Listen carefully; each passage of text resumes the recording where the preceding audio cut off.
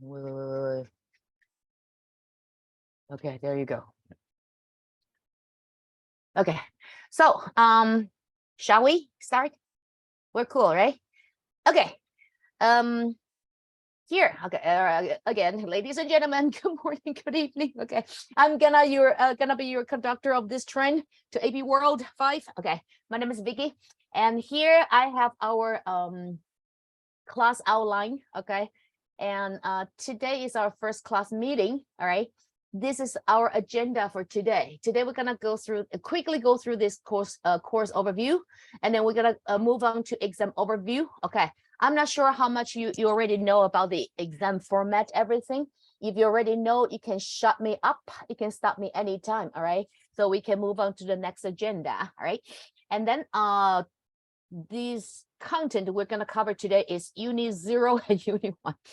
What the reason that the unit 0 is, even before we can go dive into unit 1, that would be between the time period 1200 to 1450, right? But when we talk about history, we need contextualization. So what is contextualization? It's right here. A contextualization is what? It's the background. Okay, so basically what happened before or during that time period that lead to the development of this historical event. All right, so that's contextualization. So world history modern, we started from 1200, right? Year of 1200.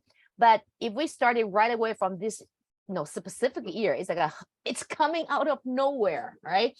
So we're gonna talk about a little bit what's going on in the world. And today we're gonna focus on Islam. So get ready for that. We have the whole topic, circling around Islam. It's a religion, but at the same time, it's a political religion that will lead to the Islamic Empire. Okay, and that will have this domino effect because of the rise of Islamic Empire that will force Europeans to discover a new way to reach Asia, so they can continue the trade for their luxury goods. So that will lead to our next topic called Age of Exploration, right? And Age of Exploration will lead to the topic of what? Colonization, and then we have industrialization, right? So historical events, they're closely tied to each other. So if you look at the bird's eye view, the timeline of how the world developed, you will discover, one event will cause the other. So the cause effect, the logic is there, right? So here comes to my suggestion to you. When we study history, try not to treat it like, boring subject. I have to memorize all of the terms, the names, the years, the date. Okay, good news for you is AP never tests you the date, never. Okay, you just need to know approximately what time period did this big idea happen, then you'll be cool, right? So history is not just like that to test how good memory we have. It's to dive deeper, try to decipher the cause effect, all right, and place ourselves back in time. If you were this particular historical figure, what options you have, right? And use your logic, your narration, okay, to decide which option will be better off, right? So if we think of this way, history is actually pretty fun, okay? Now, of course, we'll have the hindsight judgment, right? We already know how the history developed, but try to forget all about that, okay? And ask yourself, if I were this person, what would I do, okay? And that will help you to understand why history developed in this way, all right? So history can be fun, really, right? So today we're gonna talk about Islam, and even though it's unit 1, that should be 1200, right? Year 1200 CE, right? But we're gonna go all the way back to what? To the 7th century, when this religion was first created, all right? That's our contextualization. And Islam, okay, Islam played a very vital role in unit 1, 2, 3. Okay, and a little bit in 4, all right? So that's why we're gonna focus on Islam today, all right? So that's our agenda. And then if we have time, we're gonna talk about Islam's influence over India as well, all right? And today's assignment right here, okay, your assignment is already here. So you know exactly what you need to do after our class meeting. So today, no assignment. because we will only cover Islam today and hopefully India, right? So no multiple choice for you to practice yet. But tomorrow we can, attack Unit 1 multiple choice. All right, so that's our course overview. So I already sent this outline to your TA. So if you want a copy of that, you can ask your TA for it. All right, so every time we have a class meeting and we will go back and check, are we ahead, are we behind? All right, and we can adjust the way we deliver our class. Okay, so that's our course overview. So far, do you have any questions? If you have questions, you can raise your hand. I think you can raise your hand right somewhere. Okay, and I can see you, and you can either unmute yourself and post your question, or you can raise your hand and I can unmute you. Any questions? I don't see any. All right, so I assume everybody's cool so far, right? Okay, then yeah. Is there LUQ homework? Homework, no, because if you know how to work on DBQ, you know how to work on LEQ. All right, DBQ, the logic, and LEQ is the same. All right, I'll explain. Okay, any other questions? No, we're cool. Okay, so now let's move on to exam overview. All right, so I have a course explanation from College Board. All right, so this one, if you're familiar with it, okay, we can speed it up. Okay, anybody that really need to go through this format? If you need us to cover the exam overview, please type 1. If you don't, please type 2 in our chat room right here. You can type your option, okay? If you want to go through exam overview like a deeply, type 1. Okay, if you already know, basically what the exam is about, okay, type 2. 2. Sunny 2. 2. Lucas 2. Jason 2. Okay. 2. Okay. Chase 1, 2. Okay. How about others? So pretty much we have a basic understanding of how the exam is designed, right? Okay. I assume that's the common answer, 2, 2, 2, 2, 2, right? Okay. So in this case, we can speed up this part. All right. So basically, it's an exam that not only tests your knowledge, but also tests your strengths. All right. So altogether, you're gonna have like approximately, give or take, 4 hours. Okay. So make sure you have a decent sleep the night before, and you have a decent breakfast, but not eat too much. Okay. Too much is gonna cause you drowsiness. Right. So part 1, section 1. 2 parts, multiple choice question and short answer question. All right, so multiple choice questions, 40%, right? 55 questions. It's what we call AP style. AP style multiple choice question. What is exactly AP style? It's the stimulus-based multiple choice question. All right, let me show you one. Okay, so for example, you may have, let me see an easier one. Okay, so you may have this one, not actually easier. Okay. It comes as a set, right? So set, question set 7 to 9, you refer to this material, this source, right? So first thing first, I will ask myself, is that primary or secondary? Okay, if there's a primary, okay, it's focused on whatever year this source is published, right? So look at that. It's a sign, Matafa, okay, Chalabi, Ottoman court official, okay, biography of the famous Ottoman architect Mimar, okay, Sinan, written approximately 1600 CE, right? Okay, so 1600 CE, that echoes Ottoman Empire's timeline. So I know this is a what? It's a semi-primary source because it's right in that time period, but it's an author write about a biography of another individual, right? So that would be a secondary source, but despite of that, nevertheless, it's focusing on this time period, right? So I was starting to dig my knowledge about this time period. What do I know about 1600, right? That's the first question I ask myself.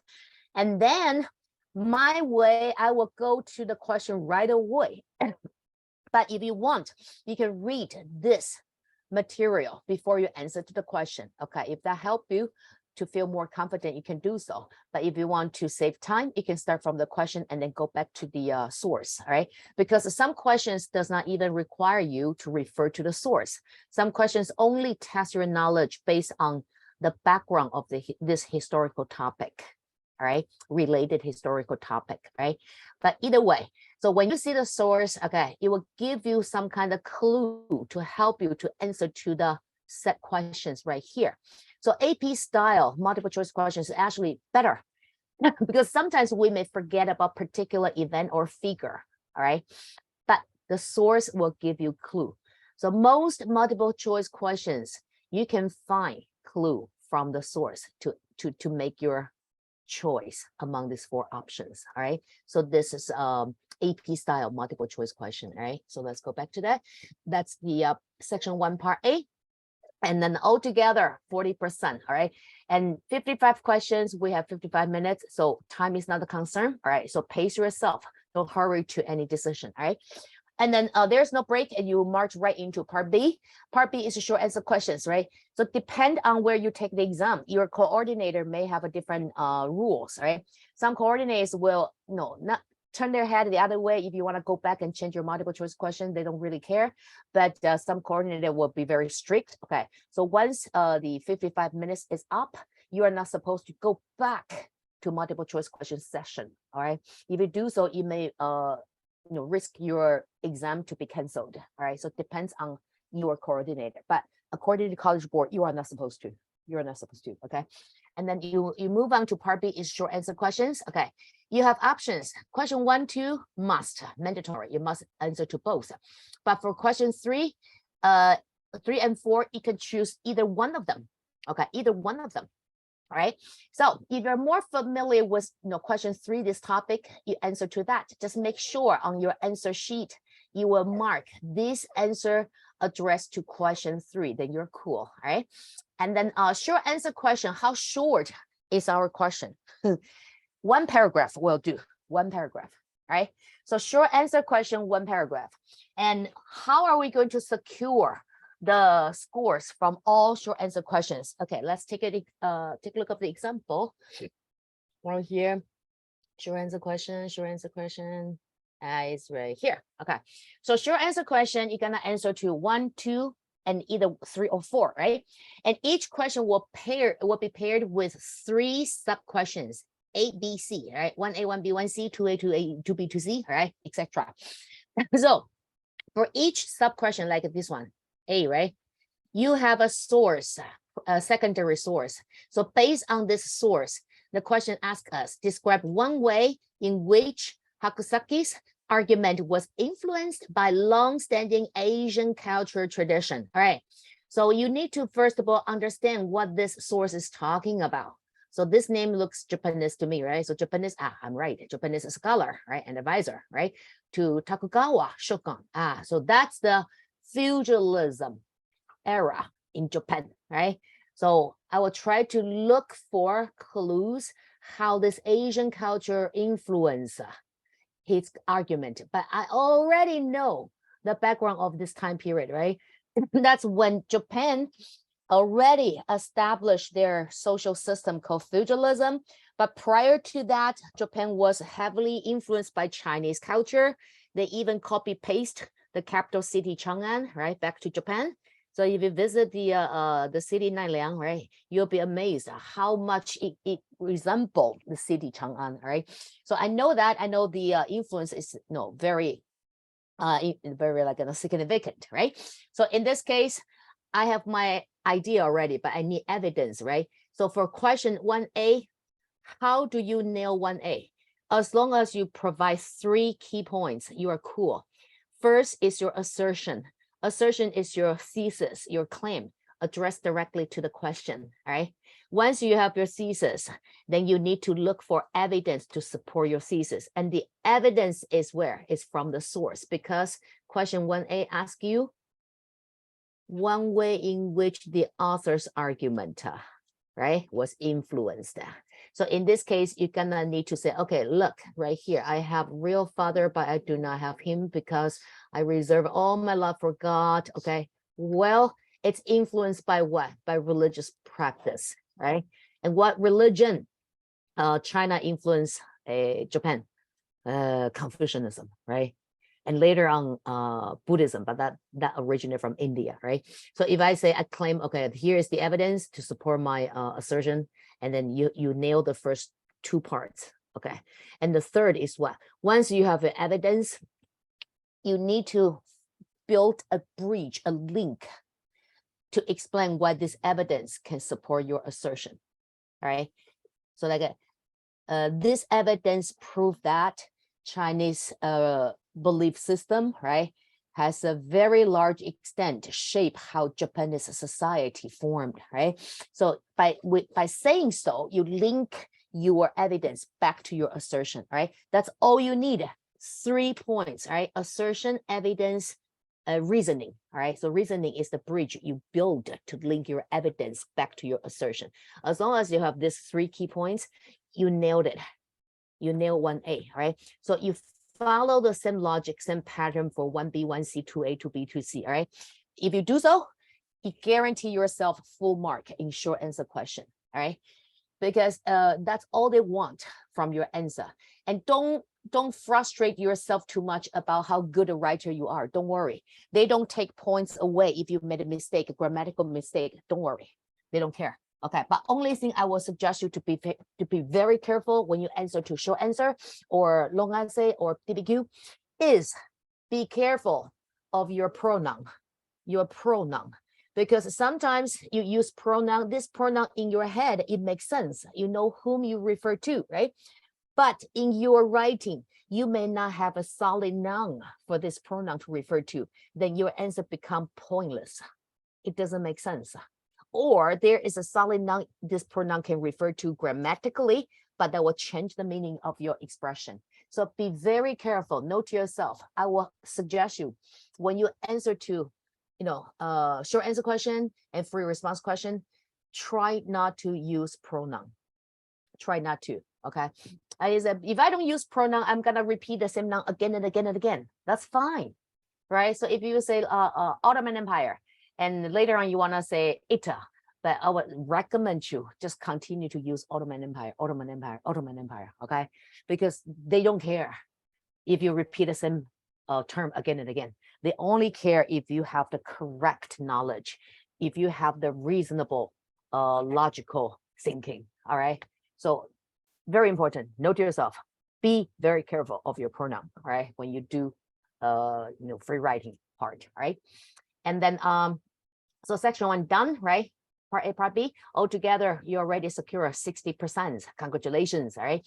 And then you have a break, okay, up to your coordinator, right? And then you move on to section 2, is the free response question. So free response question, you're gonna write 2 essays, all right? So first one is the famous DBQ, okay? So DBQ, 25%, a quarter of it.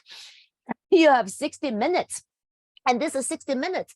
College board suggests you to use the first 15 minutes to read, to decipher the documents, but you don't have to, okay? So you can use whatever, you can manage your own time, okay? If you finish deciphering and grouping the document in 10 minutes, and then you have 50 minutes to write, right? So document-based question, we'll practice that as we schedule right here, right? So we're gonna break down DBQ to each single credits we can get from the rubric, all right? So full mark for DBQ essay is 7, right? So 7 points comes from contextualization 1, thesis 1. So for class meeting 6, our homework will be the first 2 points for DBQ, all right? And then document grouping. So if you can group your document to support your argument, and you use 6 out of 7 documents, you get 2 points already, all right? So this one, unit 7, will practice how to group the documents and come up with the, supporting argument to our thesis, all right? So that will give you another 2 points in DBQ. And then here is document sourcing, is the HIP. If you take the course at school, your teacher probably mentioned this one, HIPIT, right? So HIPP stands for historical context, intended audience, point of view, purpose, all right? So you only need to cover one of this HIP, all right? So either one you mention, and then use that HIP to better diagnose the documents to analyze the value of documents, how these documents can support your argument. All right, so you are supposed to use 6 documents as evidence, right? And amongst these 6 documents, you need to hit 3. All right. So as long as you analyze the documents, either the intended audience or point of view, whatever. Okay. If you do so for 3 documents, you get 1 point. That's your sourcing part. All right. We'll talk deeper when it comes to class meeting 6, 7, 8, 9. All right. And then we have this document complexity. What is complexity? Not document, I'm sorry. It has nothing to do with document anymore. All right. Sorry about that. It's the complexity. All right. So complexity is what? When you think like a historian, you present complexity. So you study this topic, right? Let me show you this example. We have a DBQ simple question. So right here, this is your prompt, right? Evaluate the extent to which the experience of the First World War, basically World War I, changed relationship between Europeans and colonized people, right? So basically, this is what? Cause effect, right? You can say this is cause effect, or you can say it's continuity and change, right? Because the question is evaluate the extent. So evaluate means you already have your own opinion, right? And the extent indicates what?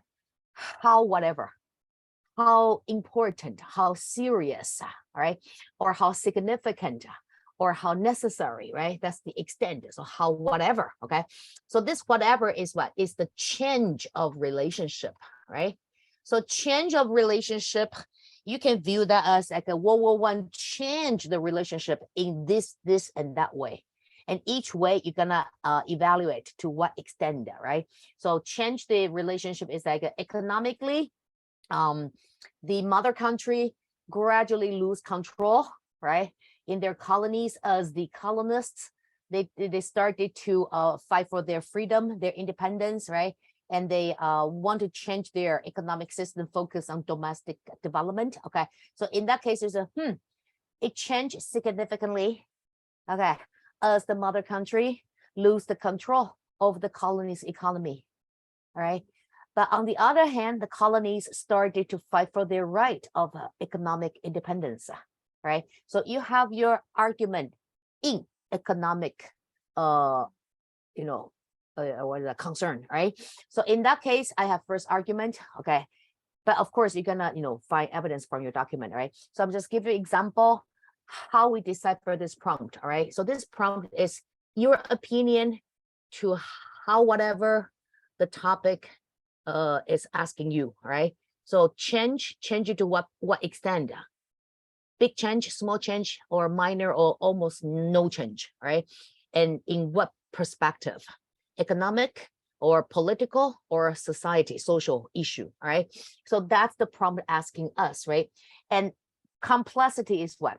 When you study this topic as a historian, you say, hey, this phenomena is nothing new. I have a deja vu, okay? This actually happened. It actually happened, according to my knowledge. It's the the 30 Years War in Europe, right?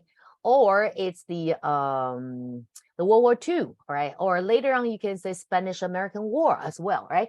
So all these wars that share the same logic, right? It's the dominated state try to oppress on the weaker state, right? Just like the mother country versus the colonies, right? But the war actually turned the situation, the relationship into a different direction. So you are the historian and say, okay, this is nothing new. It happened somewhere alongside the history course, right? So you can do a comparison, you see? So you do the comparison based on the logic of this event. So if you do so, you have your complexity. All right. Or you can use this cause effect as your complexity. So these World War I change the relationship between Europeans and colonized people, right? And that will lead to the next historical development, directly or indirectly.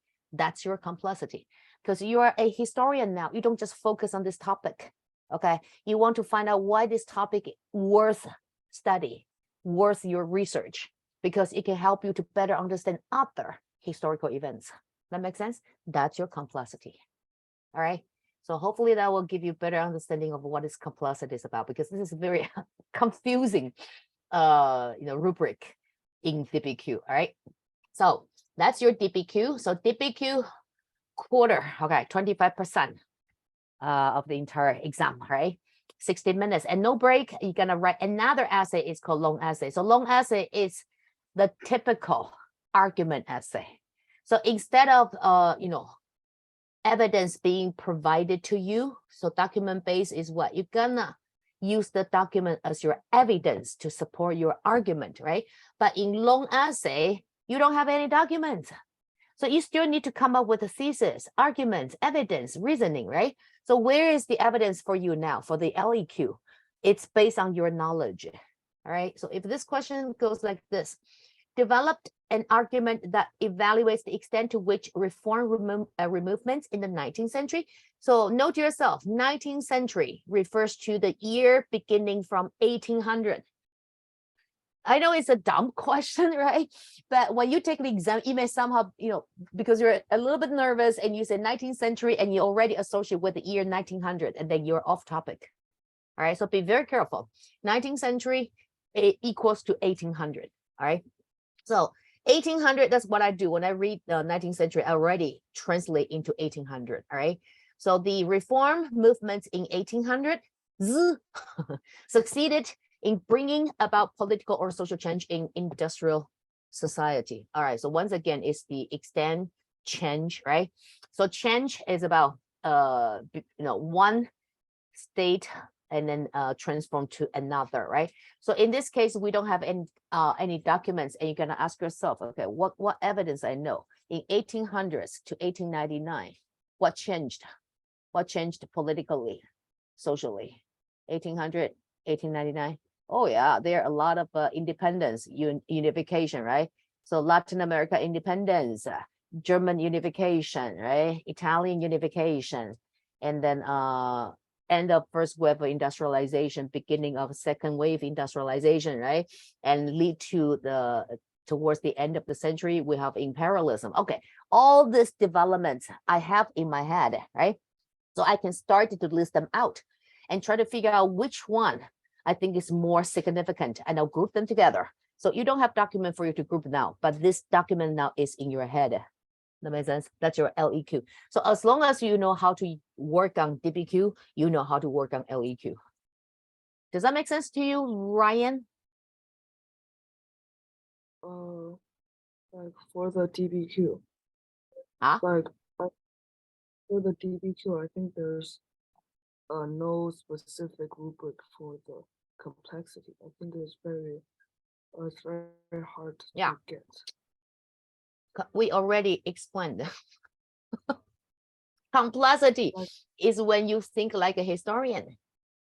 Yeah, I mean, like, I don't think there's a specific rubric for it. No, the rubric is telling us that as long as you can have like compare and contrast, cause effect, or continuity and change, or like alternative point explanation, that you secure complexity. All right. So we just give example like how we compare and contrast, right? So the logic of this event is similar to the other historical event. Then that's your complexity, because you're doing comparison. That makes sense? Or that this event lead to the next development in history. That's your cause effect. That makes sense? Or you compare with continuity and change, right? So it caused the development, but in a slightly different way. Okay, you can say that. That's your complexity, right? So as long as we know how to do DBQ, we know how to do LEQ. Only thing different is now you rely on your own knowledge to come up with the evidence. Unlike DBQ, you have evidence presented to you. All right. Okay. So that take care of the section 2 free response question. Okay. So far, is there any other question you have related to the text, the exam format? If you do, now is the time you post your question. Go ahead. So section 1, section 2, all these questions, do I make sense to you guys? Okay, if this explanation of exam format makes sense to you, please type 1 so we can move on to the next agenda. Thank you. I like that. Series of 1111111. Thank you. Okay. Yeah. Thank you. Thank you, Ren. All right. Okay. So now we know basically what we're going to encounter next May, right? Good. And next question is, how are we going to get 5 out of 5 for AP World History? All right. For all history course in AP, it doesn't matter it's APUSH or AP World or AP European, all right? Normally we suggest you to aim for 80%, 80%, right? If you can get 80% accuracy rate of your entire exam, you can guarantee yourself a 5. History, 80%. So far, the curve in AP history related course, 80% is a safe line to claim a 5, right? Sometimes even 75%, but just to be safe, we're gonna push ourselves to get ready and prepare for 80%, right? So 80% means you can miss 20, right? You can probably miss like, a couple questions in multiple choice, and we are very likely to secure all 20% here. And DBQ and long essay, as long as we target on this 7 points that College Board requires, we can get full mark. All right. The 1 mark that is so difficult to get, according to students, okay, who took this exam before, they will say it's the complexity. Okay, but now we already know what is complexity, right? Just think like a historian. Okay, why you study this topic? Because it reminds you of something else, right? And that will explain how the later event navigate itself, right? So that's how we nail the complexity. And LEQ full mark is 6, okay? And again, it breaks down to a very specific requirement, okay? So once we prepare for that, we know how to nail that, okay? So 80% out of world history exam should be manageable. And actually, according to our experience, we have like students at least in a group class, we at least have like, 75 to 80% of the class, they get 5 at least. All right. It depends on the curve that year or the topic. Sometimes the topic for your long essay or DBQ is just so, specific. And you say all of a sudden, I don't remember all the events. Okay. Then you may lose your points in your outside evidence in that way. Okay. But very likely you guys will all get 5 out of 5. All right. Okay, so that's our exam overview. See what's our next agenda. We talk about how we're going to conduct this 10 class meeting, and we talk about exam overview. So now we're ready for Unit 0 and Unit 1. And today, once again, be prepared. It's all about Islam, okay? So here we go. Oops, not you. Okay, so Islam and Arabia. Oh, if you don't follow me or somehow I do not make sense of myself, you can stop me anytime, all right? Don't be shy to stop me, okay? So Vicky, shut up. You just lost me. I don't understand. Okay, so if I really don't make sense of myself, please unmute yourself and just say, Vicky, shut up. Okay, I don't understand. Could you explain in other way? Okay, because if you don't say anything, I assume you understand. All right, but history is like if there's a particular point that does not really make sense to you, you may get lost and you will just won't follow whatever is coming up later. Okay, so be careful. Okay, don't be shy. If you have any questions, okay, unmute yourself. Okay, and then you just say, Vicky, I have a question. All right, or Vicky, could you explain once again? Okay, and or if you disagree with me when I deliver the historical fact to you, right? That's pretty like cut and dry, right?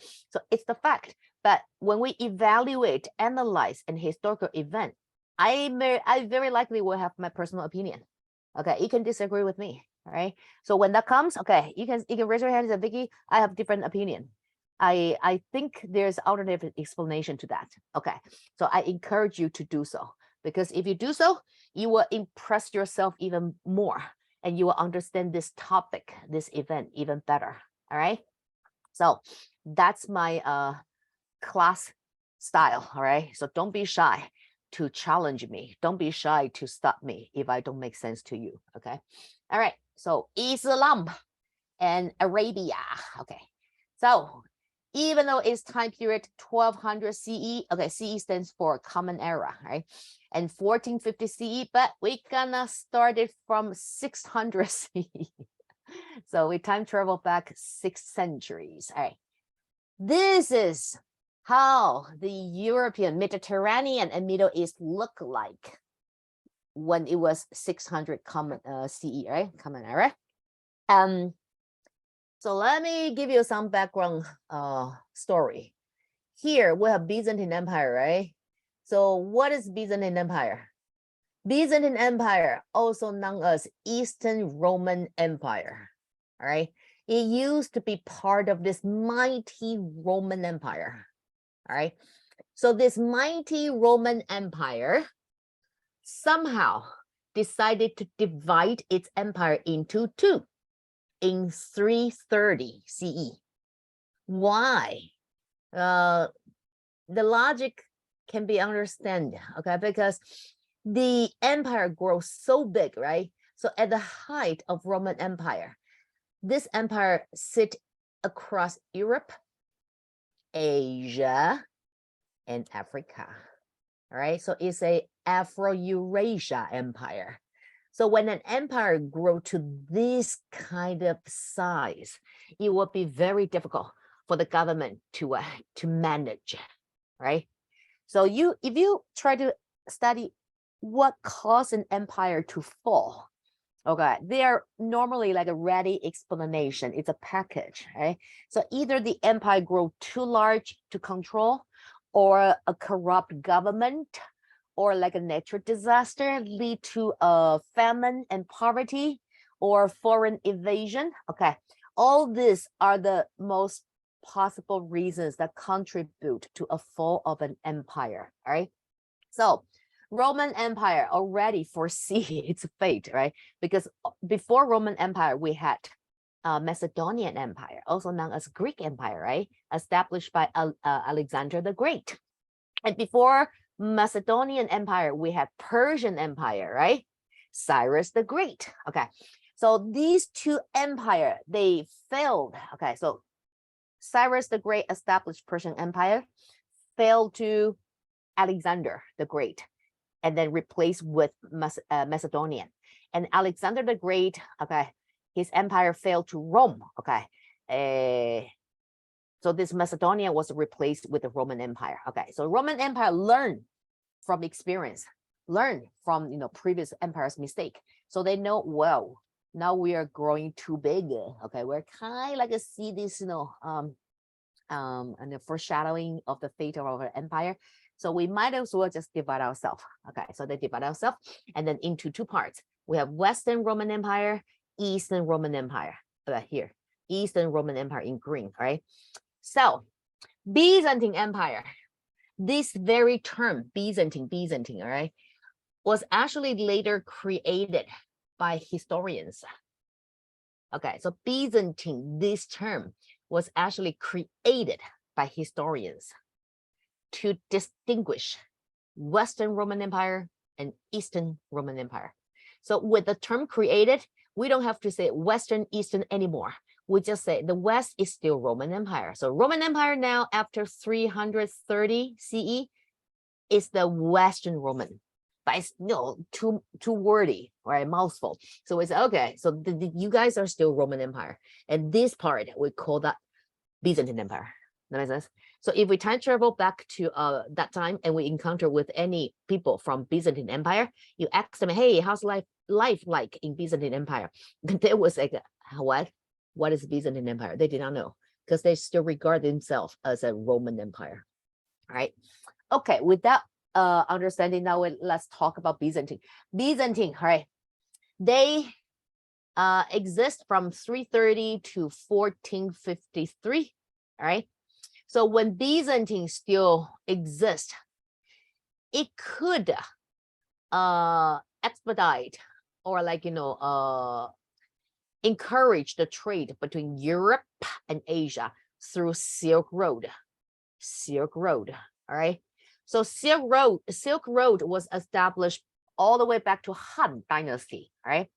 But later on, it was further encouraged in Tang and then Song. All right. And then Yuan. All right. Yuan is Mongolian Empire. All right. But when the fall of Yuan Dynasty took place, Central Asia was once again dominated by Islamic power. all right? And the Islamic power posed a threat to Byzantine Empire. Why? Because Byzantine Empire practiced Christianity, okay? Christianity. And Christianity, note yourself, it's an umbrella term, all right? So it's a big family. Within this big family, we have different schools, all right? So that the next generation, okay, thrive, respectively. So Christianity, the first group, first school is called Catholicism, so Catholic, right? So Roman Empire, right here in the West, all right? They practice Catholicism, all right? And after the division of this Roman Empire, the East, the Byzantine Empire, they want to prove that they are the legitimate heir of this, Catholicism, all right? So they want to establish their own church, have their own pope as well. Okay, so they created their own religious practice, based on the same belief, Bible, all right? But they call themselves Eastern Orthodox. Why? Because Orthodox indicates what? Legitimate, all right? Justified. And they're in the East. So Eastern Orthodox was created, right? But they still practice the same belief system, right? So Christianity, this big family, underneath we have what? We have Catholicism, we have Eastern Orthodox. And during the Protestant Reformation, we have what? Lutheranism, Calvinism, Anglicanism, right? You name it. But after all, they all believe in the same God. They all based on the teaching of Bible, all right? Well, so in this case, Byzantine Empire practiced Christianity, right? And then when the Islamic power regained their control of Central Asia, it posed a threat to Byzantine because religious conflicts that kind of doomed these two empires cannot, play together. All right. So the Silk Road was somehow blocked by this Islamic empire. All right. And that led to the Europeans' age of exploration. Okay. So with this background information of Byzantine, we kind of already, spoil alert, the later age of exploration. Is that okay? But now let's go back to time 600 CE. 600 CE, Islam was not even born yet. Not yet. All right. You have to give it a couple more decades, right? So before the birth of Islam, this is how Mediterranean and Middle East look like. We have two dominant power in this area. One is Byzantine, one is Sassanid Empire. So Sassanid Empire is Persia, right? Persia is, this is Sassanid Empire, is modern days Iran. If that help you to better understand, okay? Sassanid Empire right here is the modern days Iran. And Byzantine Empire, this very part right here is modern days Turkey, right? Okay, so Byzantine and Sassanid Empire, these two empires could get along with each other because Byzantine Empire, Christianity, Sassanid Empire, they practiced their Persian belief, Zora, right? But Persian Empire was not so strict about religious, monotheism. They are pretty religious tolerance. So these two empires, they can coexist without, unnecessary conflicts over religion. Okay, so that's how it looked like in 600 CE. But things were about to change. Now, between these two big empires, right, we have this Arabs right here. Arabia Peninsula, right? Let me zoom in. Here is a better map to help you better understand. So this is what we call Arabia Peninsula, right? Because it's not an island, but three sides of this land actually has access to water directly, right? But one side is connected to a mainland, right? So it's a peninsula, right? So Arabia Peninsula.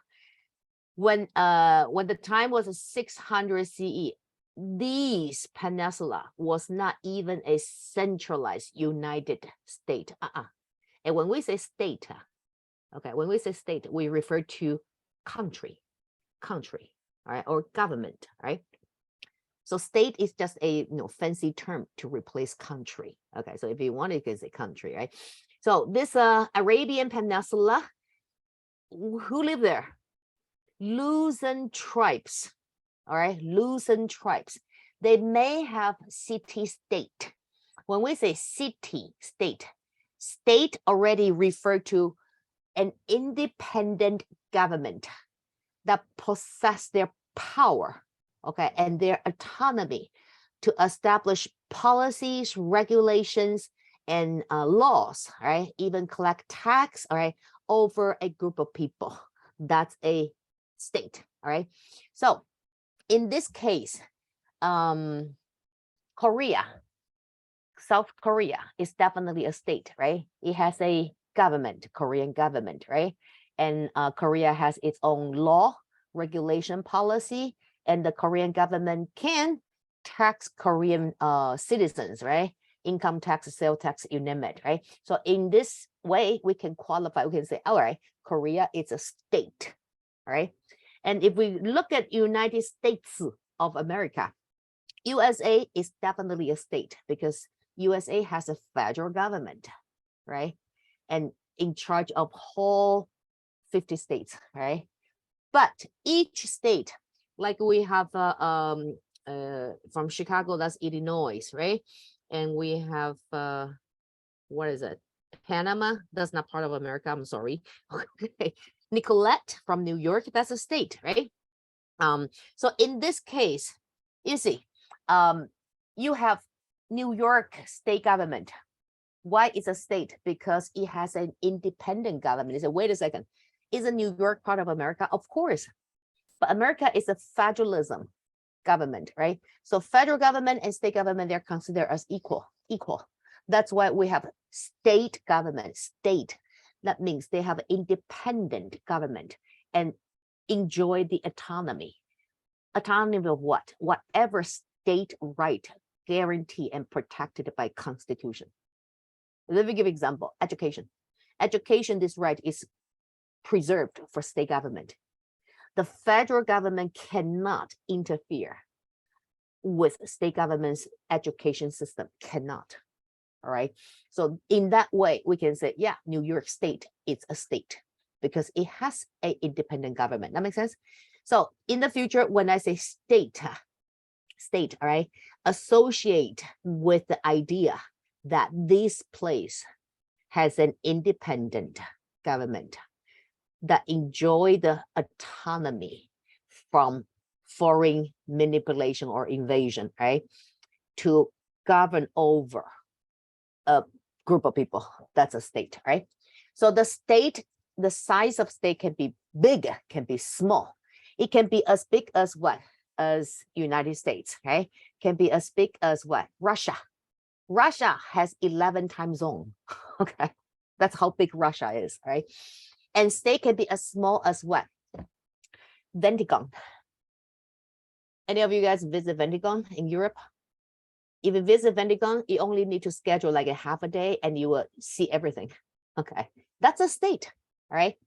So state, sometimes you will see a modifier, an adjective before the term state, right? So in this Arabian Peninsula, who live there? Luzon tribes. And sometimes you will see some tribes, they grow in population. So when the population is high, they kind of need a leader, right? Otherwise, people will start get, conflicts against each other, and then the society won't be in harmony, right? So in that case, they may form their own government, right? But their government is not big, only rule over this region, and this region could be as small as a city. So in that case, we will say, this is a city-state. That makes sense? So city-state. And sometimes we have what? We have nation-state. So nation-state is what? City-states, we already know it's a small country, all right?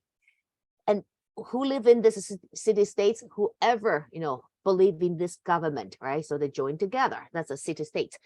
And the nation-state is what? We don't know the size. It could be big, could be small. But we know one thing for sure. Within this state, there's only one nation. Means what? People live here. They share the same ethnic. All right, that would be a nation state. That makes sense. So nation state, we know one thing for sure. There's only one ethnic. Okay, could be what, Italian, could be Germany. Okay, could be whatever. Okay, when it's city states, we don't know how diversity the citizens are, but we do know one thing: it's not big. This country is not big, right? So in this Arabian Peninsula, we have various Luzon tribes, and sometimes we find city states. That's how Arabian Peninsula look like, all right? But here we're gonna introduce Muhammad. Excuse me. Some of the water went down the wrong way. All right.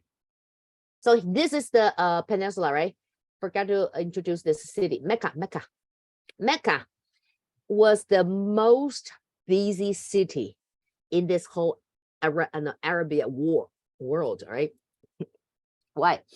Because Mecca is where you see the markets were. So when there is a market, it was, develop the economy. When economy is thriving, it will attract more people moving to this place, right? And in this Arabic world, let's call it Arabic world, right? So this Arabic world, actually, you will see Jewish community live here as well. Okay, why? Because Judaism, they view Jerusalem as their holy land, right? It's associated with the later Islam. So here we have Jerusalem. See that? Jerusalem is also in this Arab world, right? Sitting in this peninsula, right? So you will find Jewish community in this peninsula as well. Okay, but again, Mecca is the most developed city in this Arabia world, right? So early Arabia was dominated by pastoral tribes, as we mentioned that, right? They're tribes, right? And they worship many gods. Okay, why? Because back then, people did not encounter with later on this science, right? Scientific revolution, right? So people did not have the knowledge to explain the nature phenomena, to explain our nature, our universe, right? So the convenient explanation will be what? Religion, belief, right? So when you see a community or even a tribe or a state, they practice polytheism. So polytheism is what? They worship many gods. Poly means many, right? That means their gods are created based on the need to explain the nature phenomena. So our ancestor could not explain why we have volcano eruption. Oh, the god of mountain is now angry. So we have god of mountain, right? They could not explain the snowstorm. Oh, the god of snow, right? Etc. So when you see a society practice polytheism, very likely this belief system can be traced all the way back to this time period, all right? Or even before, but at least it's before scientific revolution, okay? So that's how this Arabia world was like, all right? So we have different tribes, they practice, polytheism. And then Mecca, well, we have Jewish community, we just mentioned that, right? Also, they're sitting in between two mighty empire, right? Right here. So this is Arabs, right? Sitting in between two mighty empires, Byzantine and Sassanid, right? So it kind of, forced this Arabic world, right, to be diverse because they have their own people.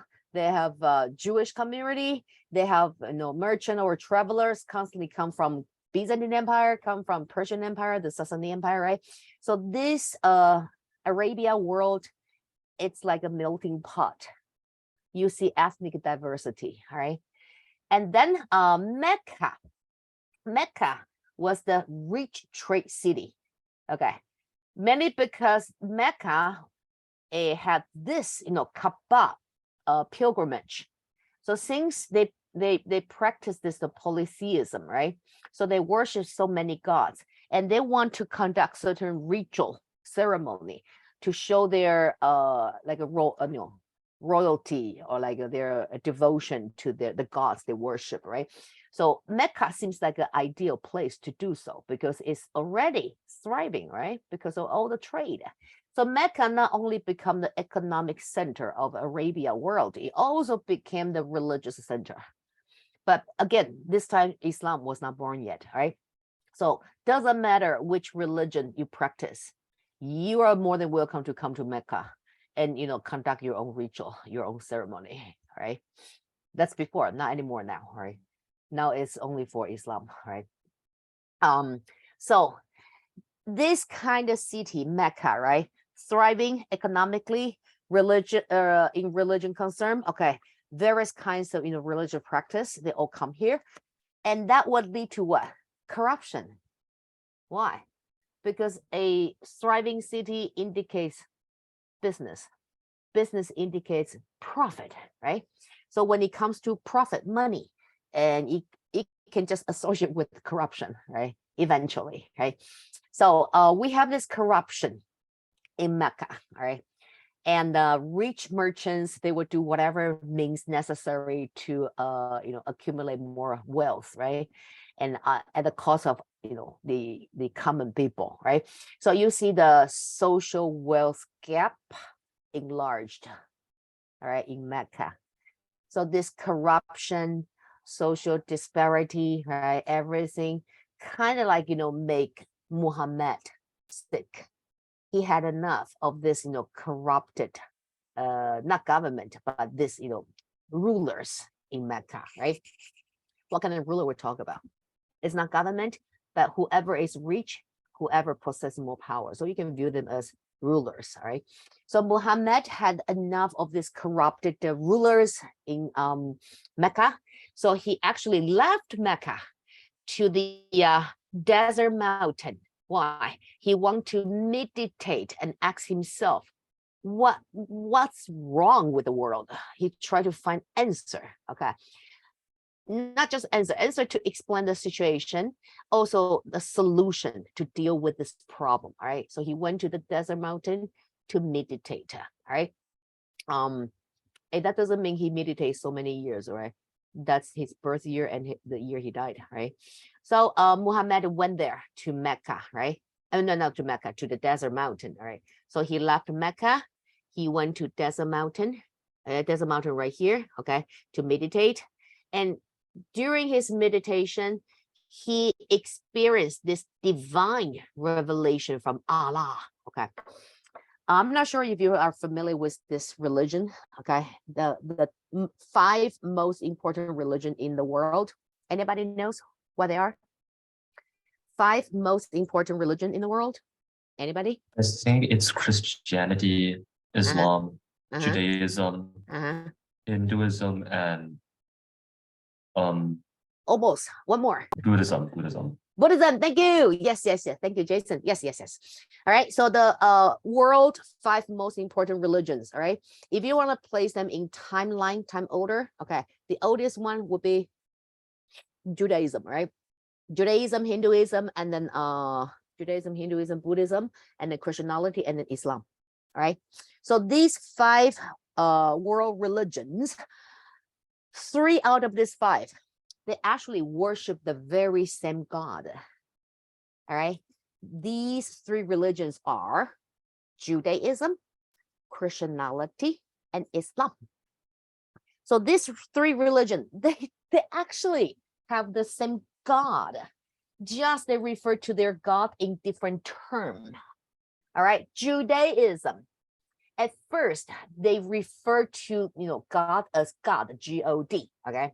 But later on, they believe it's a disrespect to call your God by name, right? Because the name of your God is God, right? But how can you call your God by name? It's very disrespectful. So in Judaism, they refer to God as this way, G-D.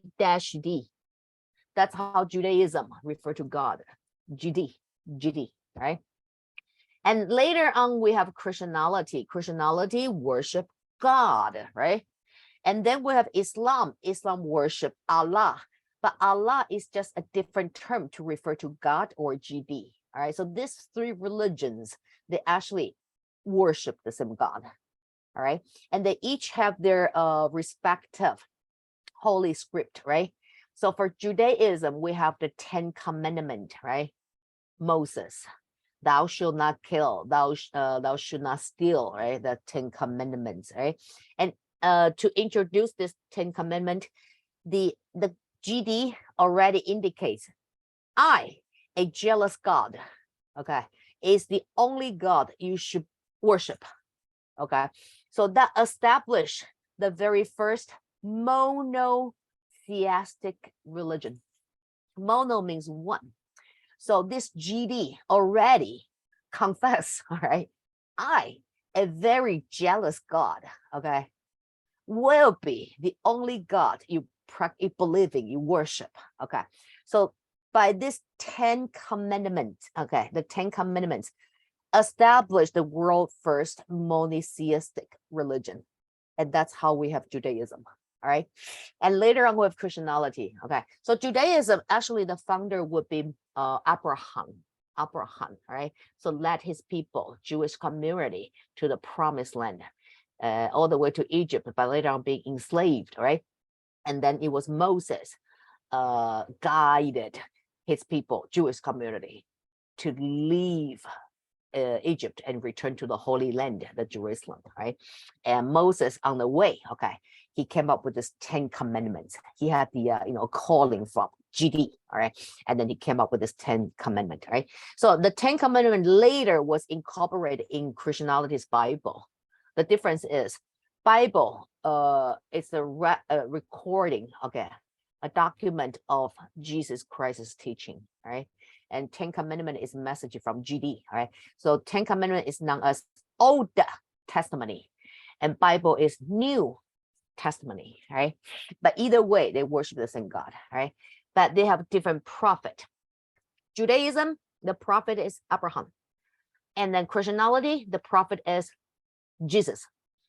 And for Islam, because Muhammad, during his meditation in the desert mountain, he had this calling from Allah, right? So that make Muhammad the prophet. All right. So prophet is what? Prophet is the messenger to deliver God's message. That's a prophet. Okay. If you encounter with Buddhism, in Buddhism, we have Buddha, not God, right? And the founder of Buddhism, the Indian prince, right? He was not a prophet. He was the enlightened one, because he did not have the calling from God, but he just, have his enlightenment when he tried to figure out why people suffer. And he overheard a teacher and student conversation, a music teacher, and he said, if you tie your string too tight, you'll break it. If your string is too loose, you will not make sound. So that kind of idea enlightened Buddha, and he believed that if you want to spare yourself from suffering, you cannot go too extreme. All right, you cannot meet yourself somewhere in between. All right, so he had this enlightened moment. All right, so he is known as the enlightened individual, and he later became Buddha. So in Buddhism, there's no really like a God, it's Buddha, right? And as an individual, we can become Buddha as well. Okay, if we have our enlightened moment, and we can become Buddha. But in Christianity, Islam, and Judaism, we cannot become God. Okay, we are the creation of God. That makes sense. So Muhammad is a prophet because he's the messenger, the chosen one by God. In this case, Allah, right?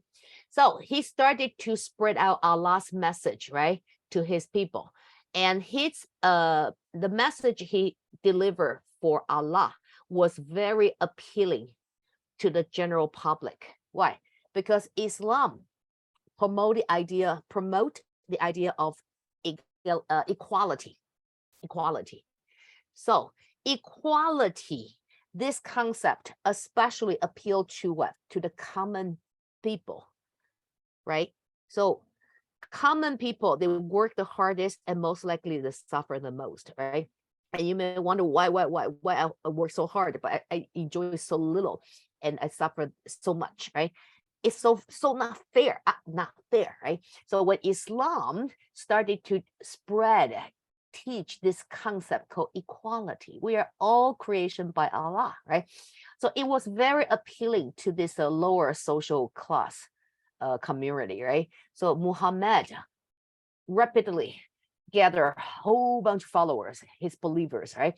So his followers was led by Muhammad to here, Medina. So from Mecca, Muhammad left because he was tired of this corruption, right? So he left to the desert mountain, and he had the divine calling, right? And then his follow Muhammad to Medina. So in Medina, this city, he managed to recruit even more followers, right? And to a point, he actually established an army. So note to yourself, Islam, not only it's a monotheistic religion, it's also a political religion. Islam is a political religion. All right. That means what? The leader of the Islamic government, it's also the leader of Islamic religion in this state. Let me give example. Iran is an Islamic state, right? It's a Shia Islam, okay? The leader of Iran, it's called supreme leader. And Iran does have a president. Iran also has a prime minister, and they have what is that? The majlis. That's their legislative branch, okay? But the final decision is always made by supreme leader. Supreme leader supposedly is the expert in practice Islam. All right, kind of like the chosen one, right? So Islam equals to political religion. So it's not just appealing to people's belief, soul, right? It also regulate the secular world. Okay, so Islam is a political religion. All right, so once Muhammad managed to recruit his soldiers, and then he marched back to Mecca and dealt with this corruption, and he managed here, okay, so he managed to unite Arabia world. So the Arabian world gradually converted to Muslim by practicing Islam. That makes sense? So Muhammad, the founder of Islam, later become the leader of this Islamic world, right? And this Islamic world was the former Arabia world. Okay, so Islam was a religion founded by Arabic. All right, so Arabic Islamic state, you can say that. So Arabia world now no longer a loosened city states or tribe. It's a united what? Arabic Islamic state. That makes sense. Arabic Islamic state, right? So that's how Islam began. And isn't it just religion? No, it's a political religion. That's why we have Islamic state. Makes sense. You never heard Buddhist state? No. All right, but Islamic state, yes. All right. Okay. So Muhammad, he was to fulfill the role of communicating Allah's will, right? That's why he's the prophet. In Arabic, his own language, right? So this set of written document, their holy script, it's known as Quran, right here. So Christianity has their holy script called Bible, right? Judaism, Ten Commandments or Old Testament. And then Islam, their holy script is called Quran, right? So known as Islam, right? So this new religion, the youngest religion amongst these 5 biggest world religion, right? they grow so rapidly, okay? And they're definitely monotheistic, right? And call for like a radical change in response to this corruption, right? In Mecca and this social disparity, okay? So Islam not only call for spiritual change, but also social justice. See, that already tied this religion with politics, right? So you're actually try to regulate social justice, and social justice is not religion, it's a secular matter, right? Well, so Muhammad managed to establish this belief-based state. Now it's no longer just Lusan tribe, okay, or city-state, but it's a belief-based state, okay, called Ummah, right? So Ummah, it's a term to refer to what? To whatever government that establish a state church, that would be a ummah. All right. So government established state church, meaning what? In this country, in this state, there's only one legitimated religion practice. All right. That would be belief-based state. All right. So this religion would be the core system in the society, and the religion will be the source, okay, to create laws to regulate the society. So that kind of state will call it's a ummah. Ummah is Arabic term, right? So of course, Islam call themselves ummah. Okay, see, they have a belief-based state. They are a belief-based state, right? And their ummah is run strictly by Islamic law, right? So in Iran, modern days Iran, okay, Iran does have constitution, yes, but constitution, when constitution has conflicts with Quran, there's associate law called Sharia law, designed based on Quran, right? So when constitution has conflicts with Sharia law in Iran, who wins? Sharia law. So even constitution must subject to Quran, all right? So that's what we call Islamic law system, right? So Islamic law trump a constitution, all right? So Islam began established by Muhammad, right? And once you converted into a Muslim, you're gonna follow these 5 pillars strictly. So the 5 pillars of Islam refers to these 5. First one is Shahada. So Shahada is what?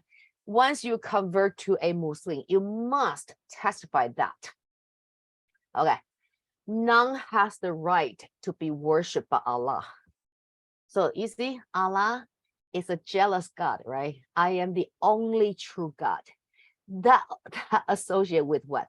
With the GD, right? In 10 Commandments, right? So GD, God, and Allah, same God, right? So only Allah is the one true God. If you're a Muslim, you must testify to that. Okay, that means you do not recognize any other gods in the world. No. All right, and Muhammad is his messenger, means prophet. Right, so that's first pillar you must follow. Okay.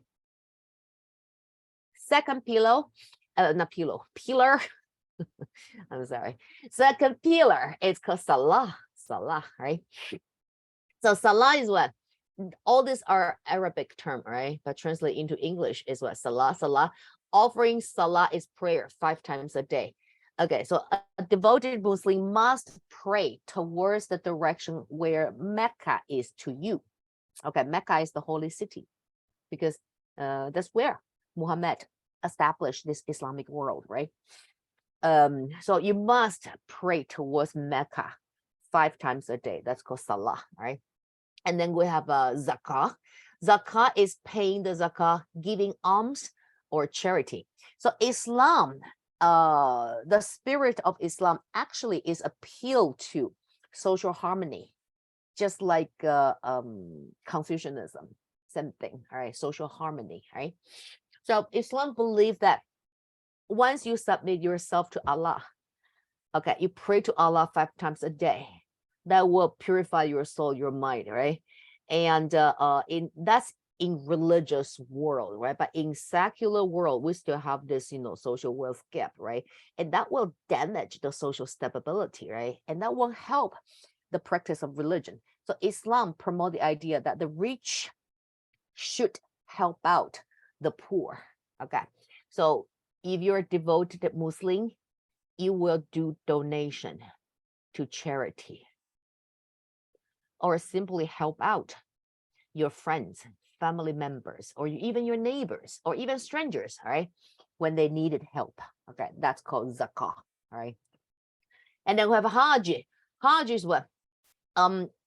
If physically allowed, all right, one must make their pilgrimage to House of Allah in Mecca. That's your holy journey, okay, to pay your respect to Allah. All right, so Hajj is at least a devoted Muslim during your lifetime. At least you're gonna pay the visit to Mecca at least once in your lifetime. All right, if physically allowed. But if there some people like vegetable, they can no longer travel, and that's another story. That would be an exception, right?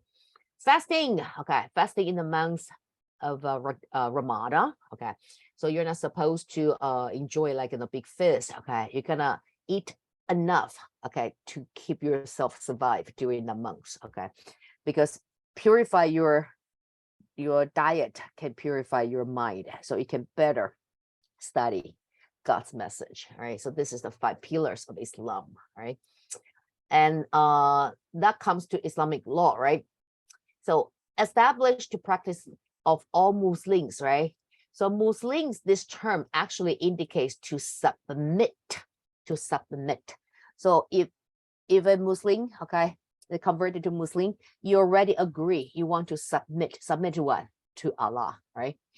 And establish itself as like an anti-corruption and egalitarian. Egalitarian, just a fancy term to say equality, right?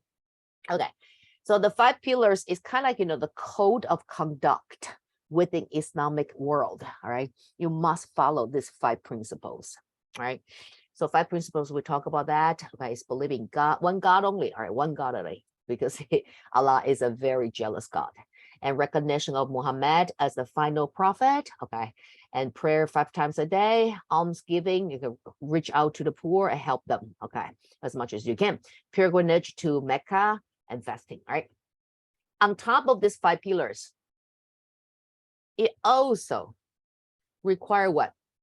Individuals to endure the jihad. The jihad is a struggle. So when you find yourself in struggling, don't complain. That's your opportunity to what? To prove you're a devoted Muslim. Because a devoted Muslim, you must be able to endure jihad, struggle. All right. Also, you need to swear you will preserve the ummah. Remember, ummah is the belief-based state, right? So Islamic state. You cannot defend your ummah militaristically. So you see, once again, associate this religious practice with what? With politics, because we have military involved already, right? Okay, and after leaving Mecca and united several tribes in Medina, that's Muhammad, right? And he conquered the force of Mecca, all right? And then later he even managed to unite this Arabia world, right? And he emphasized on egalitarianism, right? So very, very appealing to the common people, right? So Islam became quite appealing to the majority of Arabs, right? So the majority is the lower social class, and that's the majority, right? And they were often poor, right? Okay. So coupled with Muhammad's sweeping military success, okay, he was a pretty good military leader as well, okay, not just religious leader, and very experienced and seasoned politician and military leader. So result in the union of Arabia under Muhammad when 630 CE. So go back to this. This is 600 CE, right? Arabs was still like irrelevant, sitting in between two mighty empires, right? But 30 years later, Muhammad managed to unite Arabs, right, and create his Arabia world as a ummah, right, and practice Islam. All right, that's the achievement Muhammad made, and that's how Islam began. All right, so Islam Caliphate by 630. All the green part on this map you can see right here. They are already an Islamic Caliphate. Okay. Anybody knows the term Caliphate? What is Caliphate? Anyone? I think it's like one place that is ruled by a caliph, like it's like a religious leader or for like all politics and other judicial things. Yes. And my following question for you, Ren, is what's the difference between Caliphate and Sultanate? Yeah, that's what I really struggled on because I feel like I think caliph is bigger than sultan. So I More think powerful. Yes. yeah. Why? I think he is responsible for both politics and religion, but I think sultan is only for religion or politics. I don't really remember. Okay. How come you know? Are you taking the course at school? Yeah, but I'm not really good at this course, so Oh, okay. So I'm just want to know, is our course some kind of feel too slow for you, as you're already taking the course at school? Would this pace be too slow for you? not really. I think this is okay because I still have many things I haven't learned, so that's pretty like something I need to review on.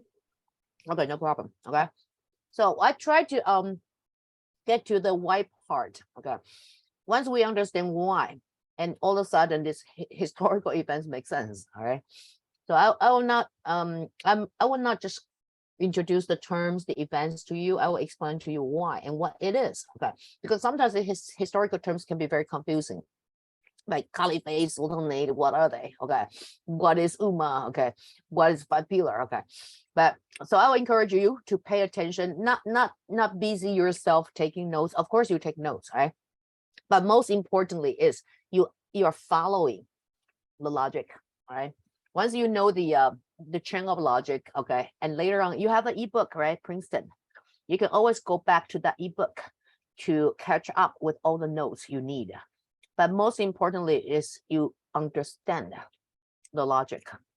All right, understand what the term really is. All right, and then for the notes part, you can just write down a brief note of, oh, Muhammad, he united Arabics, right, blah blah blah. Okay, and as long as like the details like this, you don't need to copy down all the words. You really don't need to. Okay, once you understand, you refer back to your ebook, you're cool. All right, where are we? Oh, yes.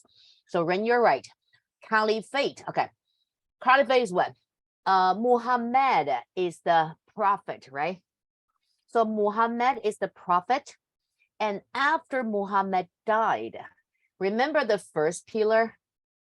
Okay, the first pillar indicates Muhammad is the last prophet that chosen by God, in this case Allah, right? So after Muhammad, there is no more prophet. All right, and so what happened to this successor to Muhammad?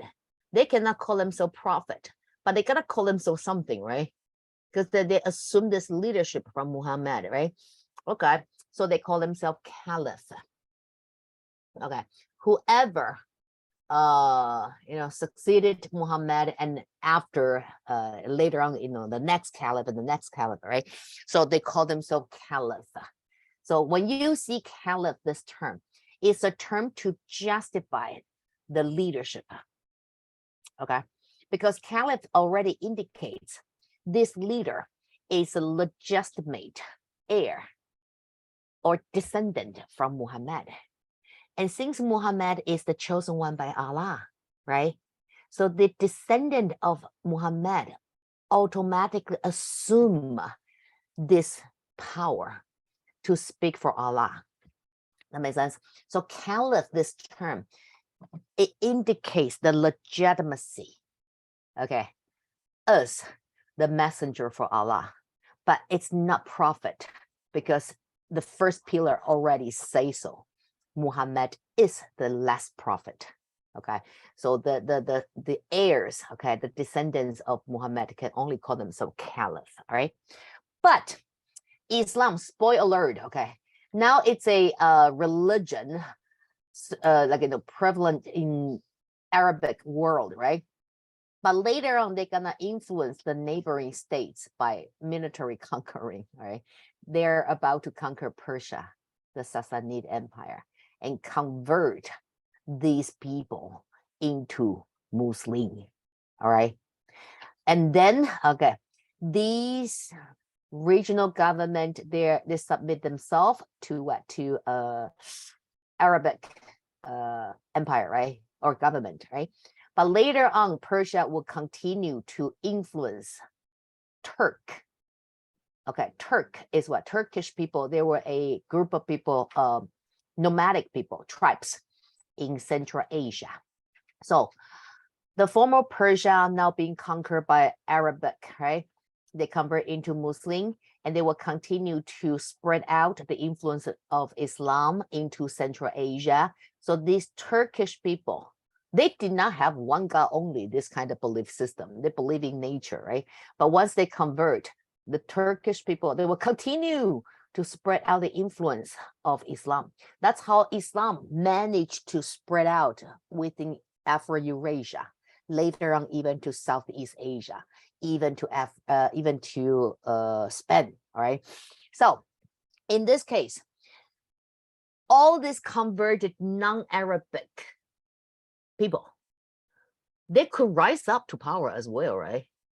Like Turkish, they will rise up. That's why we have modern day Turkey, established by Seljuk Turk.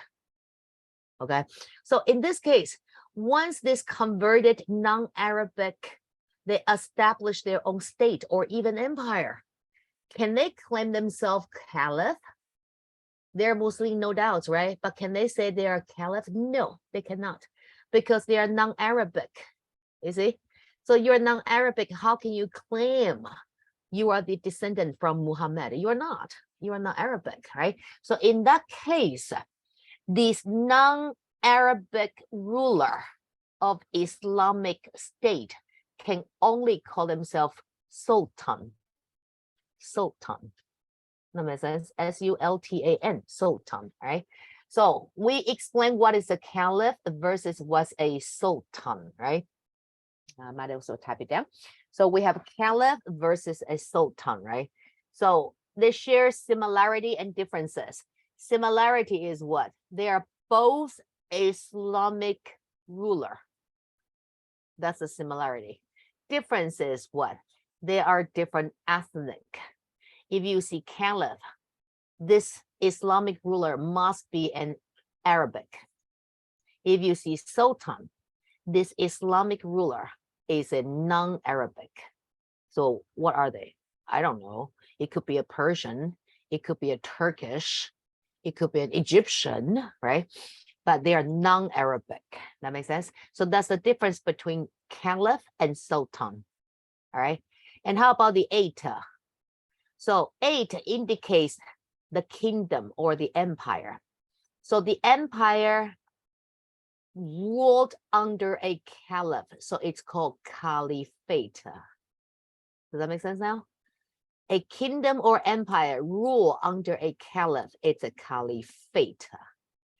Now, how about a kingdom or empire ruled under a sultan? It will be called sultanate. So this suffix ate indicates the kingdom or the empire. So this kingdom or empire under whose rule, you take a look at the root, right? Or the prefix. So sultanate, sultanate, caliphate, caliphate. And now caliphate, it's a kingdom ruled by a caliph, right? So caliph has the legitimacy to claim as the descendant from Muhammad, right? Muhammad. That's the last prophet speak for Allah, right? So they secure more power than Sultan.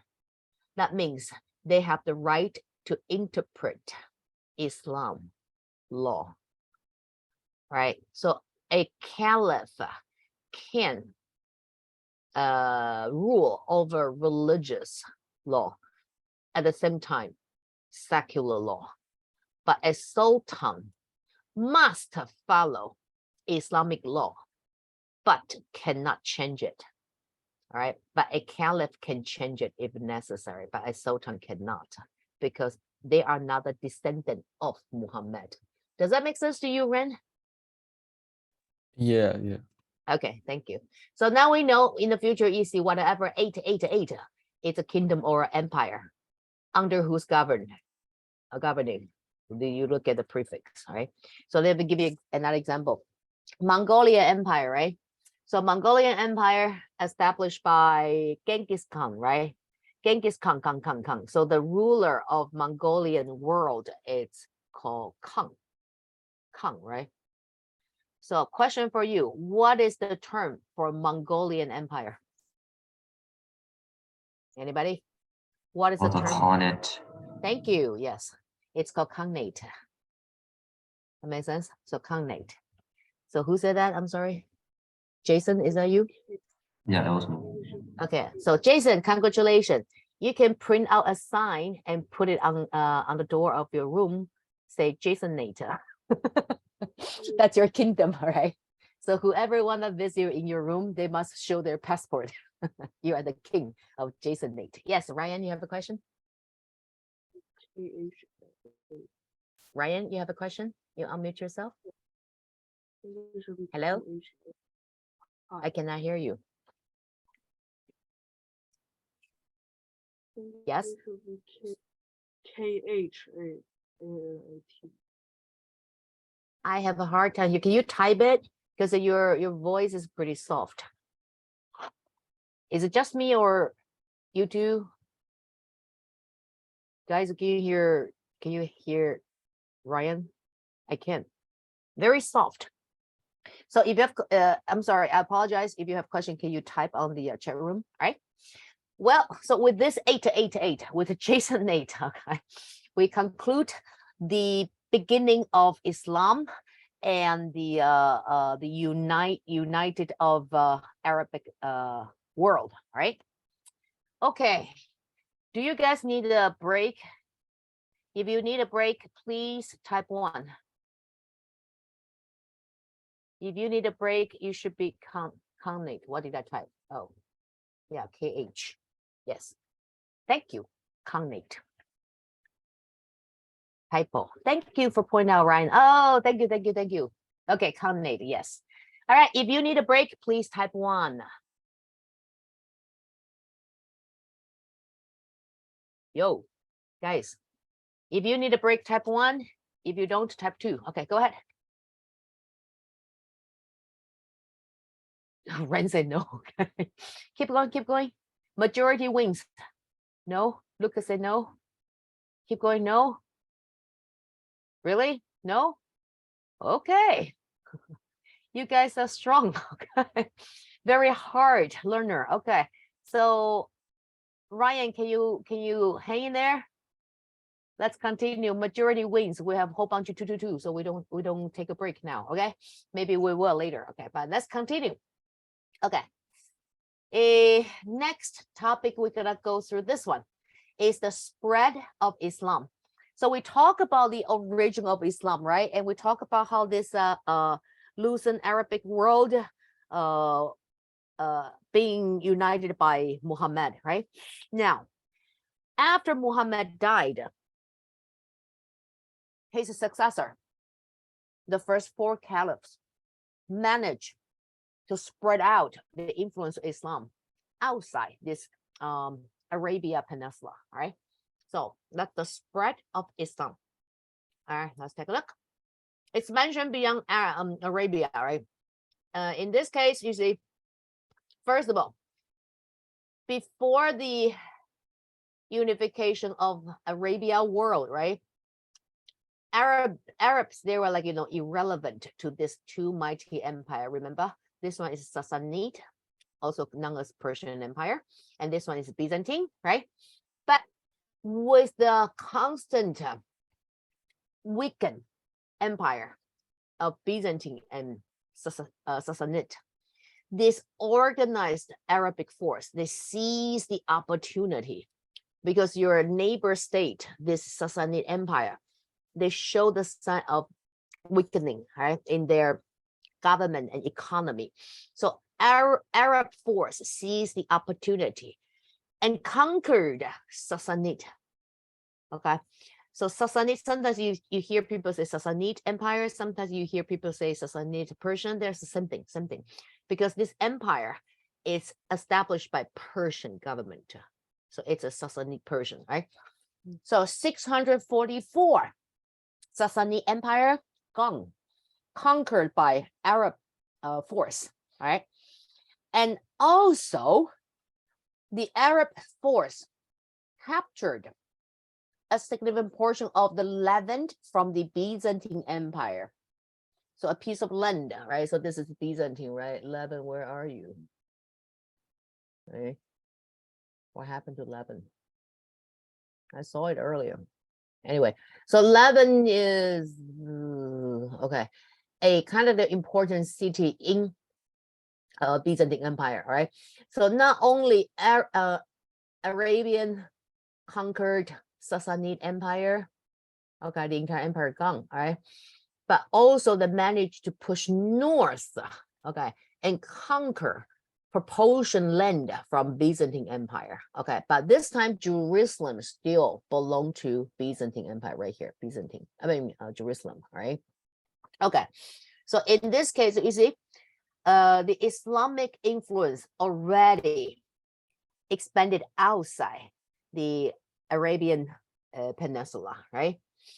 And then by 700, all right, North Africa, also Spain, belonged to the Arab Empire. That's very fast. Look at the map. 600, okay, let's do a comparison once again. 600, Arab was still irrelevant in the world, right? But now 700, you see, Arabia already established their mass empire. They conquered the former Sassanid Empire. They conquered North Africa. They even crossed the Iberian Strait and then conquered Spain. All right, and they started to pose a threat to Byzantine Empire here. All right, so that's like a merely what 1 century, huge development for Islamic Empire. All right, so conquered Persia, North Africa, all the way to Spain, and even pose threat to Byzantine Empire. The Byzantine started to lose land to Islamic Empire. All right, so that actually account for the later on the First Crusade, but we save that for later, right? Well,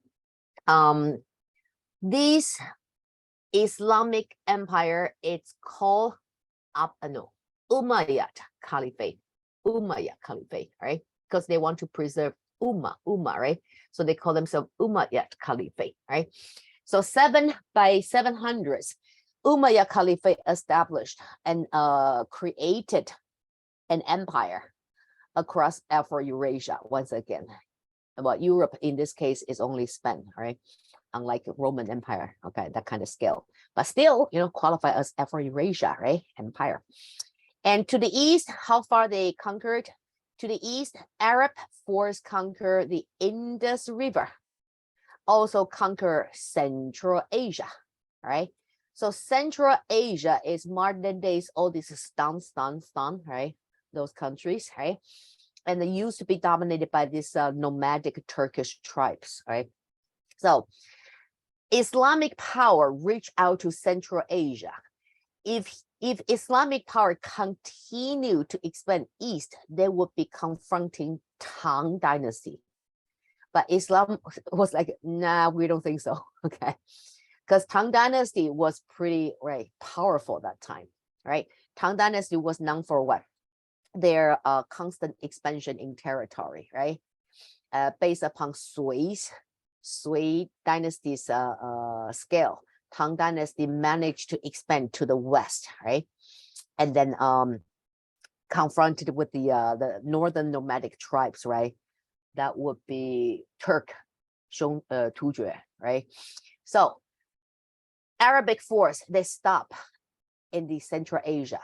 They decide not to confront China because that would be a very challenging task. All right. But nevertheless, they reach Central Asia. Okay.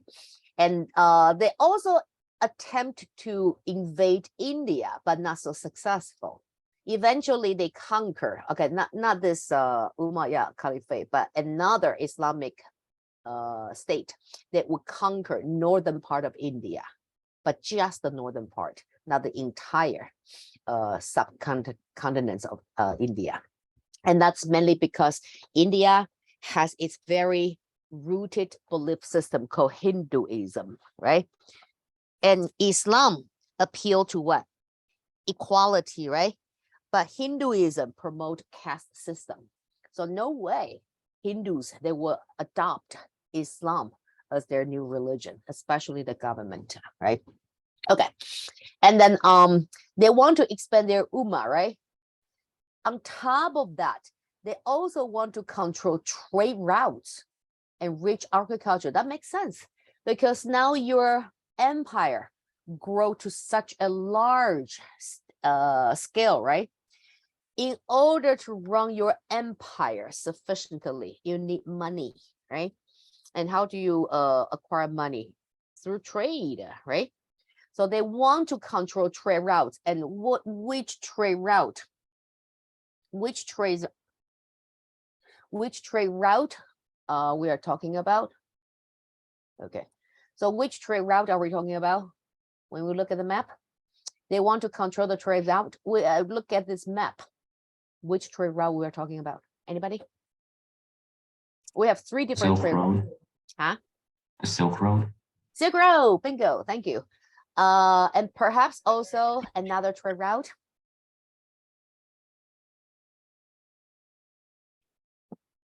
Silk Road, that's one. That's the land route, right?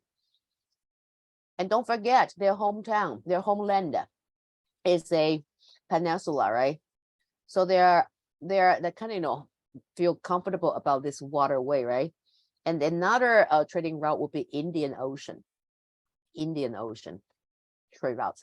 That explains why Islam was able to spread out to Southeast Asia through Islamic merchant, all right, controlling the Indian Ocean trade route, right?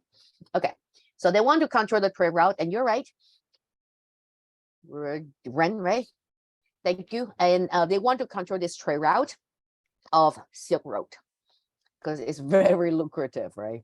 And also they want to control this rich agriculture. That's the land. If you want to control agriculture, you need land, right? So back then, if you want to prove that your empire is mighty, is powerful, you want to expand your territory as much as you can, because more land indicates more crops, more wealth, right? Okay, when the time comes to mid-8th century, all right, that would be 750, right? So 750-ish, Muslim Arabs, they control territory that stretch from Spain to India. Excuse me, Vicky. Ryan Yes. was kicked out. Can you invite him to come in now? Isn't it? No, I think was he's back in. He's in. Yeah, Oh, Ryan's okay, here. okay. Welcome back, Ryan. Welcome back. Right. So Muslim Arabs, they control the territory. That's the map once again, from Spain to India. But India is not entire. Once again, it's northern part only. Right. So if we want to conclude the rise and the expansion of Islam, we can divide it into 4 different stages. Right. Line of conquest is right here. Muhammad Okay, started his conquering in 622 and he died in 632. So only 10 years he united the Arabic world. That's him, right? So here Muhammad, what color is that? Dark pink. Okay, so this dark pink was Muhammad's achievement. And then the first 4 caliphs, they managed to spread out Islam to Egypt and part of North Africa, and also the rest of Arabic world, and also modern days Iran, that would be Sassanid Empire, right? And then we have Umayyad Caliphate, right?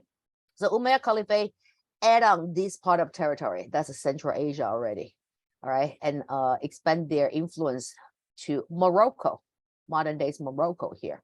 And then even cross the strait and conquered Spain. All right. So all these are through what? Military campaign. All right. So once again, Islam is a political religion. Right. And if you want the timeline, here is your timeline. All right. The first 4 caliphs, that's what, 3 decades. All right. Umayyad Caliphate, almost a century, less than that. Abbasid Caliphate, the long-lasting empire, Islamic empire, right? So Abbasid Caliphate, okay, what is that? They first of all, they're all caliphs, caliphate, right? So they're all Arabic to begin with, right? So claim their rightful legitimacy from Muhammad, right? So Abbasid Caliphate is, you can view that as like a civil war. So when Umayyad Caliphate expanded to this extent, right? Once again, when an empire become too big, you already show the sign of what? Decline, because it's so difficult to control, right? So Umayyad government started to show their weakness, okay, and slightly, corruption. So within this Umayyad Caliphate, there's a family called Abbasid, okay, that's a family. Okay, so you see Islamic empire, they like to name their empire by using the leader, the ruler's family name, similar to Chinese history, right? So we have, where is it? Tang, right? Tang dynasty. We will say Li Tang, right? And Zhao Song, right? So we use the family name of the ruler to name the dynasty or empire, right? So Abbasid, this family, they're Arabic, okay, Muslim, no doubt. They rise up and they claim their independence from Umayyad, right? And then this Abbasid Caliphate become the golden age of Islamic empire, all right? We'll explain why, but just note yourself, this Abbasid Caliphate became the golden age of Islamic empire. Okay, all the way till 1258. So what happened in 1258? Now we are finally in period 1, 1200, right? So Abbasid Caliphate, they ended in 1258. Anybody care to take a guess? Who defeated Abbasid Caliphate? Anyone? Maybe the Turks. No, Turks will be the threat to Byzantine, not to Abbasid. And that's way after the end of Abbasid. In AP World History, there's one group of people we must pay our respect to. Oh, is that the Mongols? There you go. Yes, Mongol. All right. So Mongol rose up. Okay. Genghis Khan, right? Why we say we must pay our respect to? Because Mongol made impossible possible. Throughout the world history, Mongol was the only nation, okay, group of people that managed to invade and conquered Russia. No one else but Mongol. And not only Mongol conquered Russia, it established a golden horde empire in Russia for quite a long time though. Okay. And later on during French Revolution, you see Napoleon intended to invade Russia, but he failed. This great general. He failed.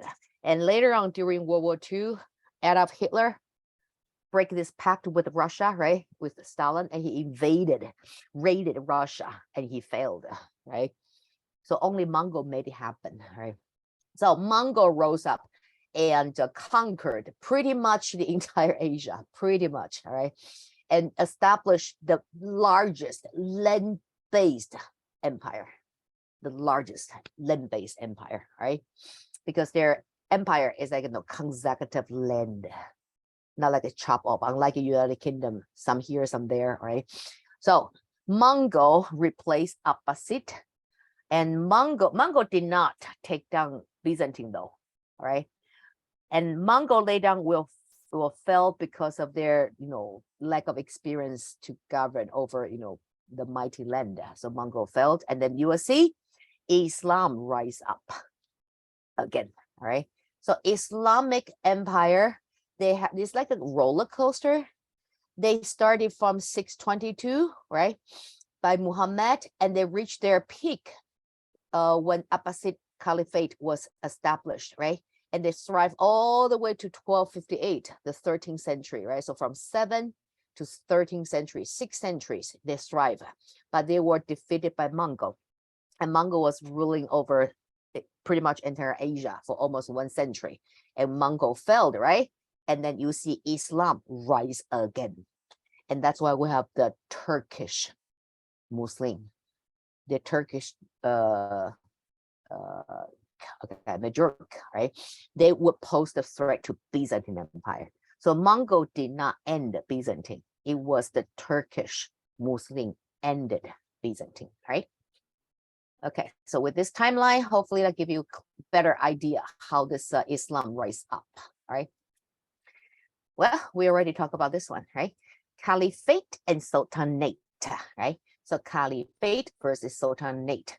The difference is what? Caliphate rulers could adjust political and religious law, and they are Arabs, right? So they are the rightful descendant from Muhammad, right?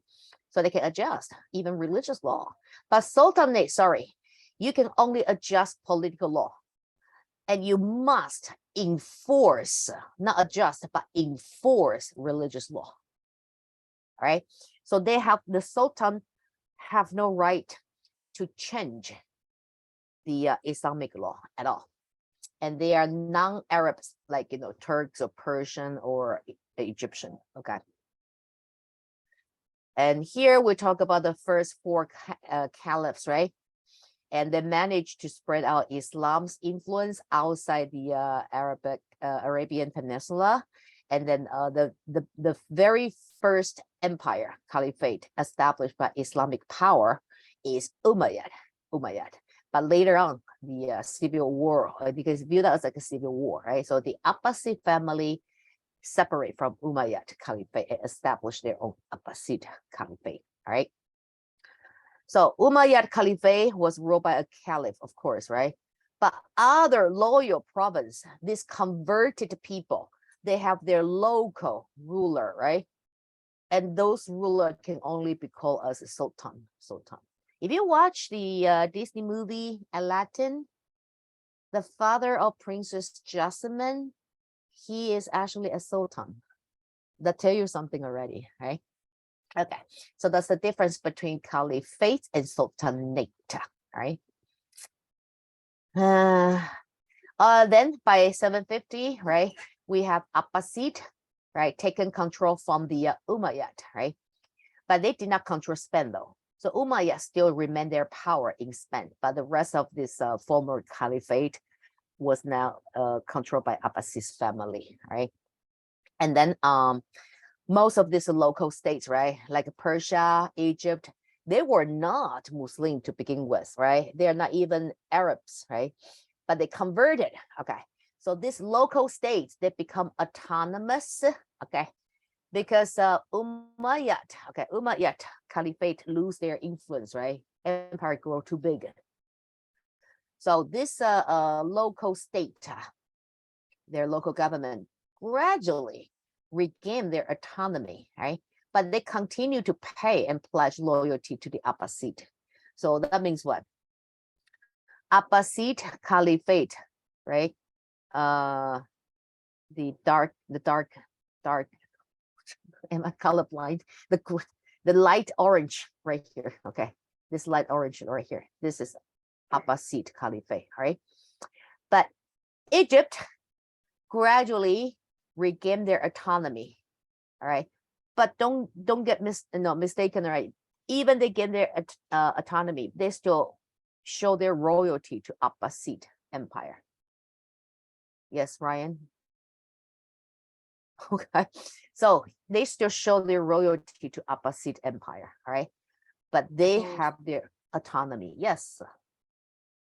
That was accident. Really cannot hear. Can you type?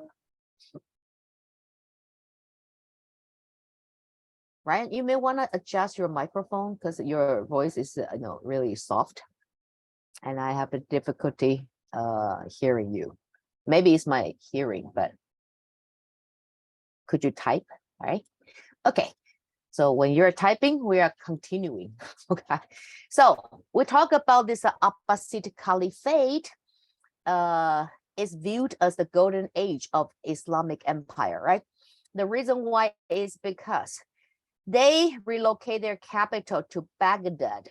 Baghdad. Where is Baghdad? It's the former Persepolis. That would be the former capital of Persian Empire, right? So Abbasid moved the capital to Baghdad, right? Because that's the commercial center, right? That kind of makes sense. Okay. And then in Baghdad, this Abbasid Caliphate actually create this House of Wisdom. House of Wisdom. What is a House of Wisdom? It's an institution financially sponsored by the government, okay, and to invite all this great mind, including like astronomers, right, mathematicians, poet, physicians, okay, you name it, scientists, right? So all this great mind, they came to this House of Wisdom. Their only job is to focus on study, innovation, research, creation, right? So that's what they do. And that lead to this Abbasid Caliphate become kind of a symbol of modern, right? So they are unlike Europeans that time, all right? Europeans that time was what we call the Middle Age or like the Dark Age, right? So feudalism society, everything was explained based on religion teaching, all right? So European society had no science to explain the world. So only thing they rely on would be religion, right? So superstitious. If we got sick that time, right, and you are in Europe, you might as well just stay home. Don't go to a doctor.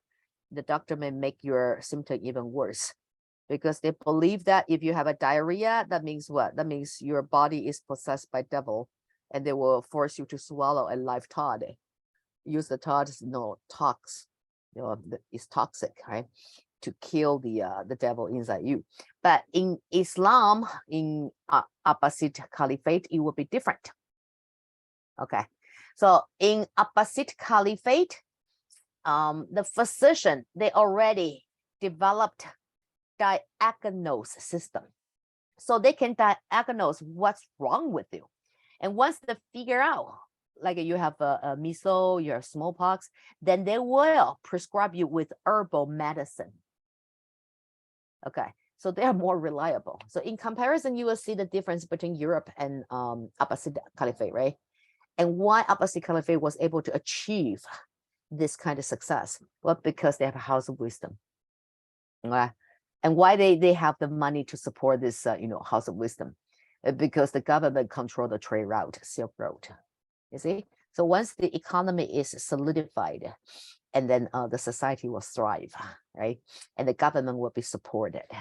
So they're like, ESP, 3 biggest ideas to explain a historical event is economy, society, politics, right? Economy, society, politics. And these 3 It's like a triangle, iron triangle. Okay, they inter-influence each other, right? So Baghdad became the new capital of this Abbasid Caliphate, right? And the Abbasid, especially in the later year, started to show sign of weakness, right? They depend heavily upon this non-Arab military personnel. Why? Because their empire is so big now, right? And then, the native Arabs, they are actually not the majority within the population, okay, the empire's population. They could be considered like a minority though, population count, right? So when they need more military personnel, they have no choice but to recruit non-Arab, right? And this non-Arab military personnel would be known as Menlok, okay, Menlok, right? So these Menlok, because they're military personnel, right? So they have the access to what? To the military force. They will continue Abbasid rule after the fall of Abbasid Caliphate in 1258 by Mongol, right? So this Menlok, well, since they have the access to military power, right? And the government, the central government of Abbasid, it's gone now, right? Being conquered by Mongol. So this Menlok, they continue to rule as they were the legitimate heir to this Abbasid Caliphate, right? But they actually established a new caliphate in Egypt. But we already talked about the difference between caliphate and sultanate, right? But these Menlok, they are non-Arab, right? They are non-Arab. So how can they call themselves caliphate? They should not, right? Because they're not Arab, but they call themselves caliphate. That's a gesture. Once again, this term, we mentioned that earlier, right? This term caliph already justified the legitimacy of the ruler because you're claiming that you are the legal, legitimate descendant from Muhammad. So even though they're Egyptian, but they just go ahead and call themselves caliph anyway, right? So they established your caliphate in Egypt, right? And how about the Arabic society react to that? Well, sorry, your empire failed. See, so now I can pretty much do whatever I want, right? So I want to call myself caliphate, right? Okay, so that's what happened after the fall of Abbasid Caliphate. These Menlok, they kind of, inherit this power, authority from Abbasid and then call themselves caliphate, right? And this former Abbasid Empire, caliphate, will be governed by Mongol now, okay? Now, let's talk about religious tolerance. Actually, if you study Quran, you will find this indication, a message from Allah. According to Quran, no one should be forced to convert into a Muslim. Any individual converted into Muslim must be voluntarily, must be, all right? And you may wonder, really? And how this first caliph, once they spread out the influence of Islam, they conquer Sassanid Empire. How come this entire empire converted to Muslim? Voluntarily? Question mark, right? But you cannot force, right? Meaning what? You cannot, point a gun at an individual saying that if you don't convert, I will shoot you. You cannot. But this Islamic empire, they have their way to make sure these conquered people, they will convert voluntarily. How? If you don't convert, you will be labeled as second-class citizen. Right here. It's called Dimas, right? You don't want to convert, I'm not going to force you, but you will be the second-class citizen because you are living within Islamic empire, right? And you are not a Muslim, so you're not our people, okay? So you're a second-class citizen, right? And even worse is what? You don't want to convert because you still worship your own God or gods, right? So in this case, your God or gods must worth a lot to you, right? So you're gonna pay tax to buy yourself the right to continue to worship your God or gods. So this tax is known as jiksha. Okay, so jiksha is a particular tax levied upon non-Muslim. All right. Also, non-Arabs were not allowed military service. Okay, until the formation of this menlock. That's when they are out of this, this Arab population, right? So you see what the Islamic Empire was doing here, right? They did not point a gun at you, right? Force you to convert, but they designed all this like unfair treatment to this non-Muslim, right? So if you are a non-Muslim, you can weigh the pros and cons, right? Do I really want to uphold my principle and not convert? Then I will be a second-class citizen. So second-class citizen, you will lose quite a lot rights, all right? You won't be able to find an ideal job. You won't be able to serve in the government. You will be discriminated based upon big time, all right? Also, you have to pay this tax called jiksha, right? Does that really worth it? And eventually, very likely, you may choose to convert. Okay, so in this way, it's your own will, right, to convert. I did not force you. You have option, right? But you choose option 1 instead of option 2, right? So I did not force you, right? That's how Islamic Empire managed to convert the conquered people, right? And who are they? Persian Empire, that's their religion practice. Zoroastrianism, right? We just call them Zora. And we have Judaism. We also have a Christianity. Where? Spain.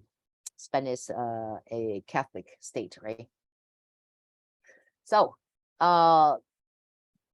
do you believe that once we understand how Islamic Empire managed to convert the conquered people, would you still qualify them as religious tolerance? It could be an argumentative question, though. Jace 1, what do you think?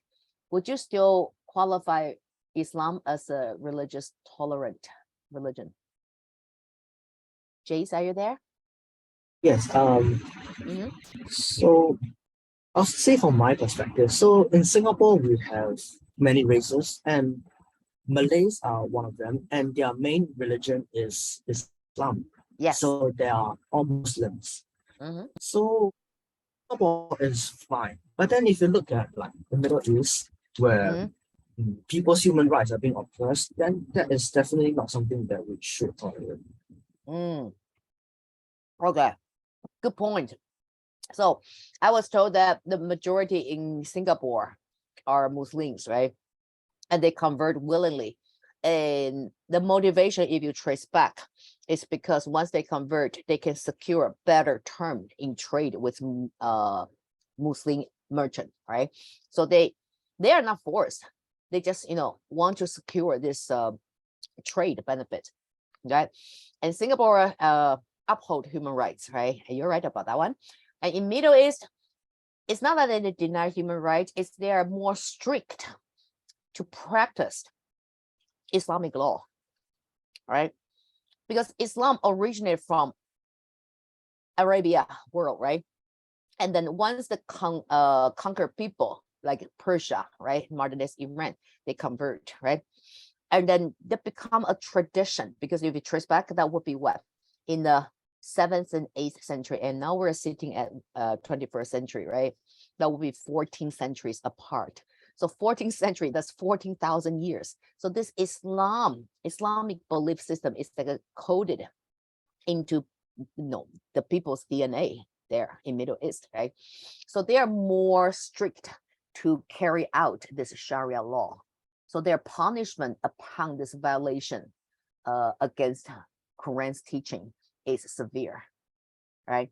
But Singapore is a different story. So if you want to argue that Islam is a tolerant religion, you can say, yeah, I have evidence like Singapore, right? People get along just fine, right? But if you use Middle East as example, that's because of the government Okay, that will bring us to the point. If you look at all these 5 religions in the world, 5 major religions, right? You study their holy script. Each one is teaching the followers to be kind, right? To have faith in God or Buddha, right? And each religion is trying to navigate the followers to a a better world, right? And eliminate this social conflicts. If you really study their holy script, you'll find out they kind of surprisingly mirroring each other. So religion itself has no harm, okay, to cause all these wars, battles, right? But it's who is in charge of this religion, because religion sometimes is a belief system, right? So the person who is in charge of this religion, if you use that as a weapon to manipulate the society, and then you somehow would kind of torture or alternate the fundamental meaning of this religion practice. That's according to my opinion, right? So this question, it's debatable, all right? So you can argue, yeah, it is. You can say, no, it's not. But if you want to take a step back, the religion itself is tolerant, because in Quran, you already indicate no individual should be forced to convert, right? But we do see, handful of evidence in real world, right? And then we take a step back and you will say, it's not a religion that is the problem, it's whoever is, in charge. Like, Christianity as well. Christianity, they have this dark history of this crusade, right? And that's a holy war. And that was promoted by the Roman Pope, right? So you can disagree with me. Anybody want to challenge me? You're more than welcome to do so. I just present my opinion and you can challenge me. Yes, Sunny C. Sunny C does not help. Your last name both started with letter C. We have Sunny Chan, Sunny Chen. Which Sunny? Unmute yourself earlier.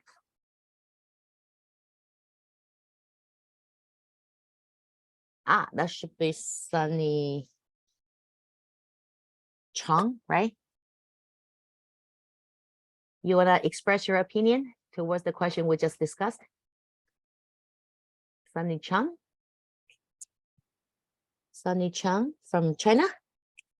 No? Anyone? Really, don't be shy. It could be a very, valuable experience to both of us. All right. I'll give you 3 more seconds. Anybody want to challenge my opinion? 3, 2, 1. Okay, thank you. All right. So you don't have to agree with me, right? But that's just my personal opinion, right? So that proved that any arguable topic prompt for your essay, there's no correct answer, as long as your logic can support your reasoning and your thesis, and then you're fine, right? Okay, where are we? Oh, here. So we talk about the special tax, right? So through this second-class citizen status, along with the special tax, right? Islamic Empire managed to convert people, right? And much of this Middle East and North Africa, they were kind of Arabized. What is Arabized? Arabized means not only they converted to Muslims, right? They also adopt Arabic culture, including their tradition, even their language and their custom, right? And some conquered states like Persia, Turkey, Pakistan, they were Islamized, meaning what? They did convert into Muslims, but they maintain their own culture. Okay, they maintain their own culture. For example, Persia, modern day Iran. Do Iranians speak Arabic? No, they speak Fars, their own language. All right. And Turkey converted to Islam, right? Modern day Turkey is a Islamic state, right? Do they speak Arabic? No, they speak Turkish. All right. So in this case, we say that, oh, they are Islamized, but they are not Arabized. But if you go to Egypt, yeah, people there speak Arabic. And of course, they can communicate with you in English as well, because they later on become British colony, right, during the imperialism. So Egypt was actually, they have their own culture, the Old Kingdom, Middle Kingdom, and the New Kingdom, right? But New Kingdom was pretty much the end of Egyptian culture, because later on they were conquered by Roman Empire, right? Remember? Okay, welcome back, Joanne.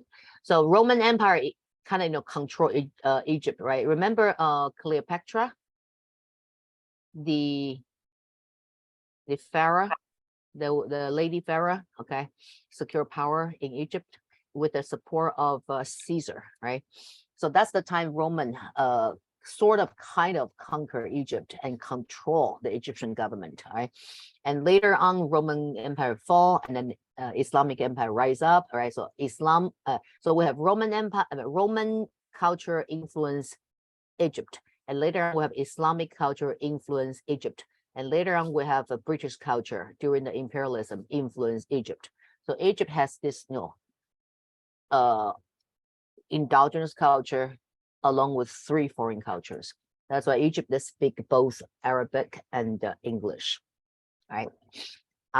So that conclude our tolerance debatable question. All right, so here we have a map.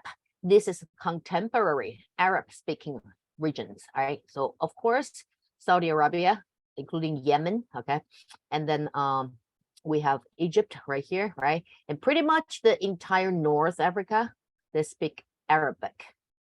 All right, but Morocco, they also speak French though, because they were once the French colony. Right, now let's talk about this division within Islam. So what happened that divided this religion? Muhammad died. Okay, so Muhammad died, but he did not really appoint his heir. He did not. Okay, at least not in writing though. Okay, so this internal conflicts began. Right, so a group of people believe that the successor to Muhammad must be openly elected, because only people show their respect to the new leader. So this leader can better guide Islamic society. All right. So this group of people, they are Sunni. All right. So Sunni Muslim promote the idea that the new leadership should go through election. And the candidate they have in mind was Muhammad's father-in-law, right? Respected senior member in Islamic society, right? But the other group said no, because Muhammad was the chosen one by Allah, right? So that means his family blood is special. So the new leader must be chosen within Muhammad's family line, right? But Muhammad did not have sons, but he did have a daughter. And his daughter married to Ali, right? And then that become Muhammad's son-in-law, right? But anyway, you are in the same family, right? So you carry on this family line, right? Because Ali's son would carry Muhammad's blood, right? That will be Muhammad's grandchild, right? So this group of people, they later become Shia Muslims, right? So they promote the idea that the successor should be Ali, the son-in-law of Muhammad. All right. So since Muhammad did not really, left a clear, message to his people, so this division began. All right. And at first, this Sunni Muslim, they won. Okay. So the father-in-law, okay, became the new leader, and then we have the second caliph also through election, and the third caliph also through election, and the fourth caliph also through election, right? But this time, who won the election? Ali, the son-in-law. So this big circle, in the end, both father-in-law and son-in-law serve as the legitimate heir to Muhammad, right? So this further deepen this division within Islam. All right, so we have Sunni Islam, we have Shia Islam. All right, and it still exists today. And between these two Muslims group, Sunni is the majority. Sunni is the majority. Shia is the minority. When we say majority and minority this time, we are talking about the population. All right. So you will see more Sunni Muslims in the world and less Shia Muslims. Right. But Iran is a Shia Muslim. The government is Shia Muslim. All right. And that also explains why Iran and Iraq could not get along with each other, because Iran is a Shia Muslim. Iraq is a Sunni. All right, that played part of the role to this Persian Gulf war. Okay, besides the religious conflicts, of course, the oil economic concern also contributed to the Persian Gulf War. Right. Anyway, so this faction happened within Islamic world, right? And it continued to violently combat one another across the world. All right. So you will see that the war between Iran and Iraq, aren't you all Muslims? Why are you fighting against each other? Because they're different Muslims, Sunni, Shia. That makes sense. Okay. So that conclude the expansion, the spreading of Islam. All right. You still don't need a break? If you need a break, we can take a 5 minutes break if you want. If you want a break, tap 1. If you don't, tap 2. Go ahead, vote. It's a democratic world. Vote. If you want a break, tap 1. If you don't, tap 2. Jason, tap 1. Okay, keep going, keep going. 1, keep going. 1, keep going. We need majority. 1, we have 4. Keep going. We need 1 more to form majority. Anybody? We need 1 more. Is there 1 more? I think so. Okay, so let's take 5. Okay, come back at 11 China time. Okay, so let's take a 5 break. All right.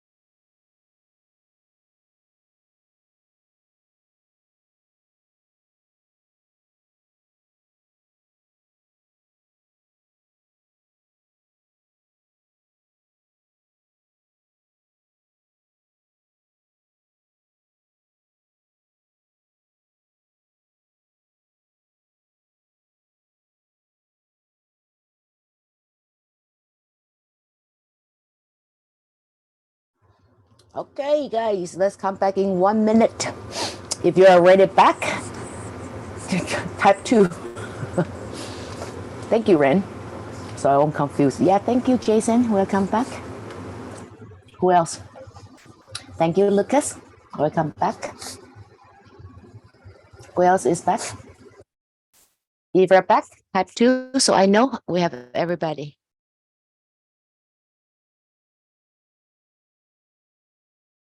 Well, we're in the minority now. Oh, Sunny, welcome back.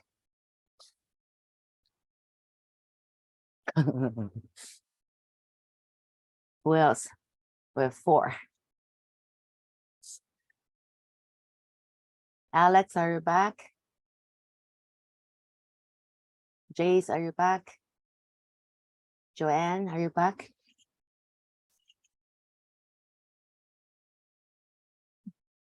Yay, welcome back, Alex. We're 5 now. We're majority, yay. Okay. All right, I'll give you another 30 seconds to come back. Joanne, hurry up. Maggie, oh, Maggie, sorry, that's TA. All right, Ren, already back. All right, hey, Joanne, thank you, welcome back. Ryan, are you back? Sunny C, you're there? Hey, Jace, welcome back. So we're missing Sunny C, is that right? Oh, Sunny C is back, I'm so sorry, so sorry. Okay, so everybody, let's continue, okay. So we ended this one, yay. So we can march into this Islam beyond the caliphates. Okay, so what do we mean by Islam beyond the caliphates? That means what? They're not caliphates, but they're sultanate. They're sultanate, right? So they converted into Islam, but they are non-Arabic. Okay, so that make it much easier to understand. All right, so first we're gonna introduce this Turk, Seljuk Turk, all right? Who are they? The Seljuk Empire, they're very complicated. They're a high medieval Turco-Persian Sunni Muslim. So many modifiers, okay.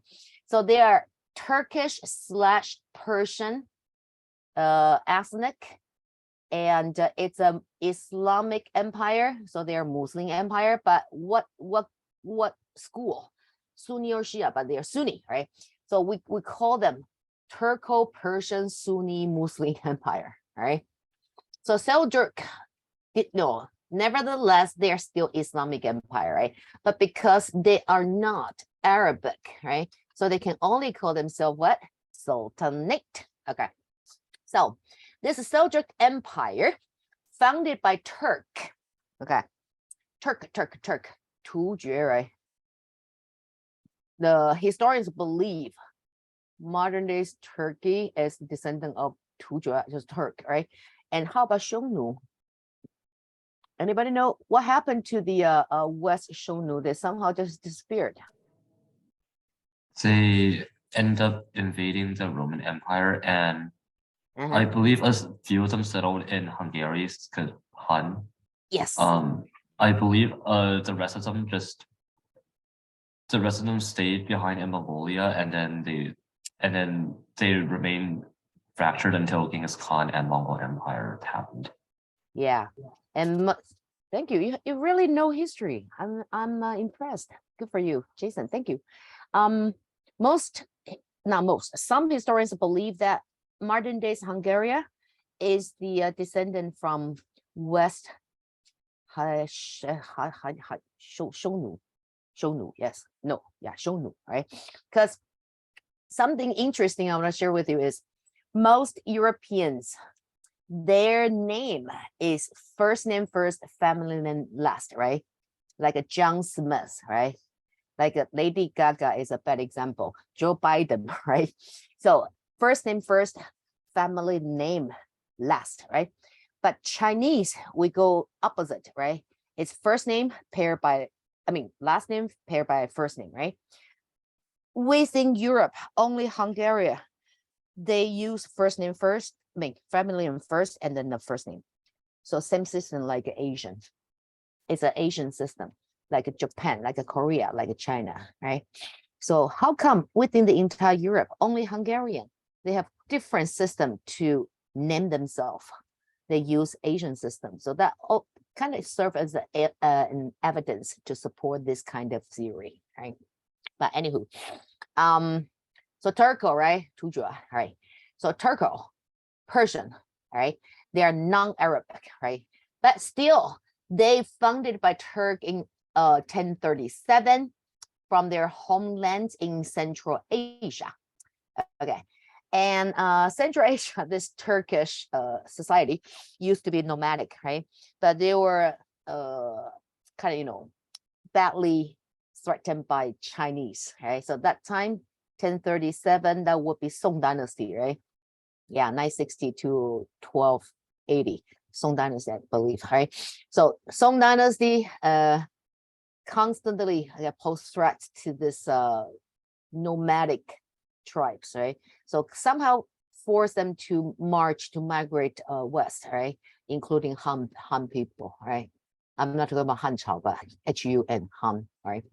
So the Seljuk advanced first into this mainland Persia because they don't want to engage at war with China anymore. So they migrate west. So when they go west, the first state they encounter is Persia, right? So they kind of advance into Persia before eventually conquer eastern Anatolia. Okay, you will see this city, the name of the city, many times. Anatolia is in no, it's somewhere, should be here. Anatolia is not indicated in this map. Okay, anyway, so Anatolia is a city, trading city to be exact, in Byzantine Empire, right? So the loss of Anatolia will pose a serious threat to Byzantine's economic structure because they lose this major trade city. That means they cannot lose certain GDP, right? So when this Seljuk conquer eastern Anatolia, the Byzantine Empire started to sense the threats from this Islamic power, okay? And they need help, right? So they decided to call for help from the Roman Catholic Church, okay? And that actually lead to the First Crusade, right? So this First Crusade was promoted by Roman Catholic Church, the Pope. And in Byzantine's mind, it makes sense, right? Because we are all descendants of Roman Empire, right? Especially after the fall of Western Roman Empire. When we say a fall of an empire, we mean that the government is replaced with a new one, but the people remain the same, right? And the custom, the tradition still continue, right? So before the fall of Western Roman Empire, the entire Europe was under the emperor's control and practiced Christianity, right? So Roman Catholic Church has this high social status. And now the Roman Empire government declined and being replaced with this, they call barbarian, okay? In Roman Empire's eyes, these Germanic tribes, Frank people, right? Goth people, they're all barbarian. This word barbarian was actually coined at that time. Do you know why this word how this word was coined? Because that time Roman Empire spoke Latin, right? They inherit Greek culture and Greek speak Latin. So Roman Empire established Latin as like an official language, right? So if you do not speak Latin, you are not considered as like a civilized or like educated individual. So these Germanic tribe, Frank people, Goth people, they migrate from North Europe into Roman Empire and gradually settle down there and gradually, rise up to power and eventually conquered Roman Empire, the government, not the people, but the empire, right? The government, right? But when they first came to Roman Empire, they speak their own secular, vernacular language, right? German, French, right? Spanish, name it, right?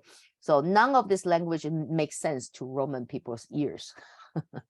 They only understand Latin, right? So whatever language you speak to Roman, it always sounds like a bar, bar, bar, bar, bar. It makes no sense. So they just call all these people barbarian, so barbarian. That's how we have this term, right? Barbarian. Anyway, so these barbarians later proved that no, they're not barbarian. They're in charge now, right? But the Roman citizens still have doubts towards this new leader, right? So they replaced the Roman Empire and established their own kingdom, and among which Charlemagne. Okay, Charlemagne was like the most powerful one, and he wanted this legitimacy, right, in order to claim his authority over the kingdom he ruled over, right? And he didn't know how, because he could not gain legitimacy through the Roman society. So he came up with an idea. How about I talk to the church, right? Because church was where people go to when they have questions, when they have problems, right? So church has the trust from the Roman society. So to Charlemagne say, if I could have the recognition or endorsement from the Roman Catholic Church, then I have legitimacy, right? So here comes this agreement. Charlemagne would financially support the church's expenditure, and the Pope would crown Charlemagne. And that would be like, you are the God chosen one. I represent God, right? I'm the Pope. So the God told me he chose you to be the new leader. So the Pope already says so, right? And the general public will agree. Okay. That's what happened. So after the fall of Western Roman Empire, the church become the center, the core of the Roman society, right? But gradually, the Roman Catholic Church started to lose their popularity, mainly because during the Black Death, the plague, and people are at loss and panic, right? So they went to church and said, could you tell me what did we do wrong that God must punish us like that? And the church had no answer. And even worse, the church clergy also got, infected and they died. So to the common people's eyes, like, oh my God, even church cannot protect us. Why do we have to, place our faith in the church? So after that, the European society gradually lose faith in the church. Okay. So when Byzantine Empire called for help from Roman Catholic Church, the Pope viewed that as a win-win situation, right? So if we help out Byzantine Empire, Byzantine can survive, hopefully another, century or whatever. And then me, the Pope, would regain the glory, because I'm calling for a holy war. Why is that a holy war? Because we're fighting for God to defend our holy land, Jerusalem. That makes sense? So in that case, my popularity will come back, right? So this is like, mutually beneficial situation to the Roman Catholic Church, Pope, and Byzantine Empire. And that's why we have this first crusade, right? Anyway, so Seljuk won this battle of Manzikert in 1071, right? And then 2 decades later, the Pope finally had another, volunteers, these crusaders, and then they launched this first crusade. Right. And from 1150, so you see the Byzantine Empire is gradually being marginalized by this new rising power of a Turkish Islamic Empire, right?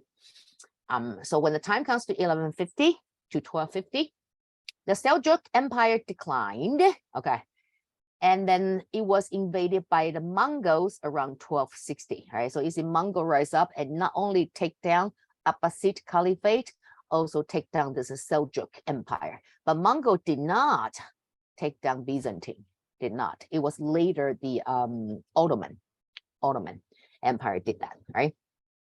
And Mongols started to rise up, right? And conquer pretty much really entire Asia, right? But Mongol, they were good at battlefield, right? They're even like, incredibly strong and fast on horseback. Okay, they surprise the enemies. As soon as you spot Mongols, it's too late for you to run. They're so fast, right? So Mongol were good fighters, soldiers on horseback, but once they settle down, they are not so good a ruler, right?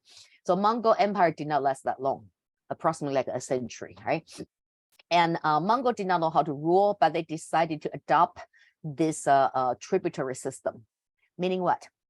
After Mongol conquer a state, they would allow the local government to continue their authority to govern over their own region, their people.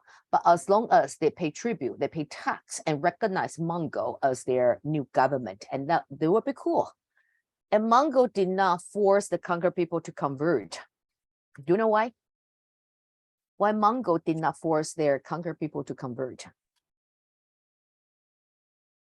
Anybody? I think it has to. Yeah. I think go it ahead. has to do with their religion. I think they mostly followed a pagan religion called Pancreaism, Mhm. and it didn't really. And I'm not sure if the religion didn't mandate conversion or it just doesn't matter, but it's mostly because of their religion and how it's kind of different Yeah. from the Christians like crusade over Holy Land for theology. Yes. Because Mongol, thank you. Very insightful. Because Mongol, they originated from the northern part of China, right? And they were a nomadic clan. The difference between clan and tribe is what? Tribe is a group of people that live together and they have a common leader. That's tribe. Okay, but clan is what? Also a group of people live together and they have common leader, but they are related. Blood in blood, right? So they're relatives or family. They're family, right? That's clan, all right? CLAN. So this Mongolian clan, okay, they're nomadic people, right? Their life is based upon what the nature provide for them, right? So hunting, right? And pastoral, okay, and domestic certain livestock, right? So they worship the nature. So they have gods for each nature, just like Indians, Native Americans as well, right? So in this case, after Mongol conquered a state, they did not even have like a sole religion practice. So they don't even bother to convert the conquered people. So Mongol Empire was able to establish because they authorized the conquered people with their autonomy and even give them this freedom to practice, to carry on their own tradition, their belief system, right? So Mongol did not really leave much legacy. If you examine all the empire, right? Roman Empire, Latin, building, right? Sculpture still exists today, big influence for later era, right? Greek Empire, right? All these thinkers, Plato, right? Aristotle, right? You name it, right? They have a strong influence later on in the Enlightenment era, right? And then Persian Empire, yeah, still they maintain their language, right? And then British Empire, right? See how British culture became the dominant one and kind of like Britishnized all the colonies, right? But Mongol Empire did not really leave much legacy. Why? Because they didn't really care, right? They just want to expand their empire. And as long as they conquer people, they pay tribute, recognize the leadership, that's good enough for Mongol, right? So they did not force people to adopt Mongolian language, no. Mongolian culture, no, all right? Mongolian religion, no, all right?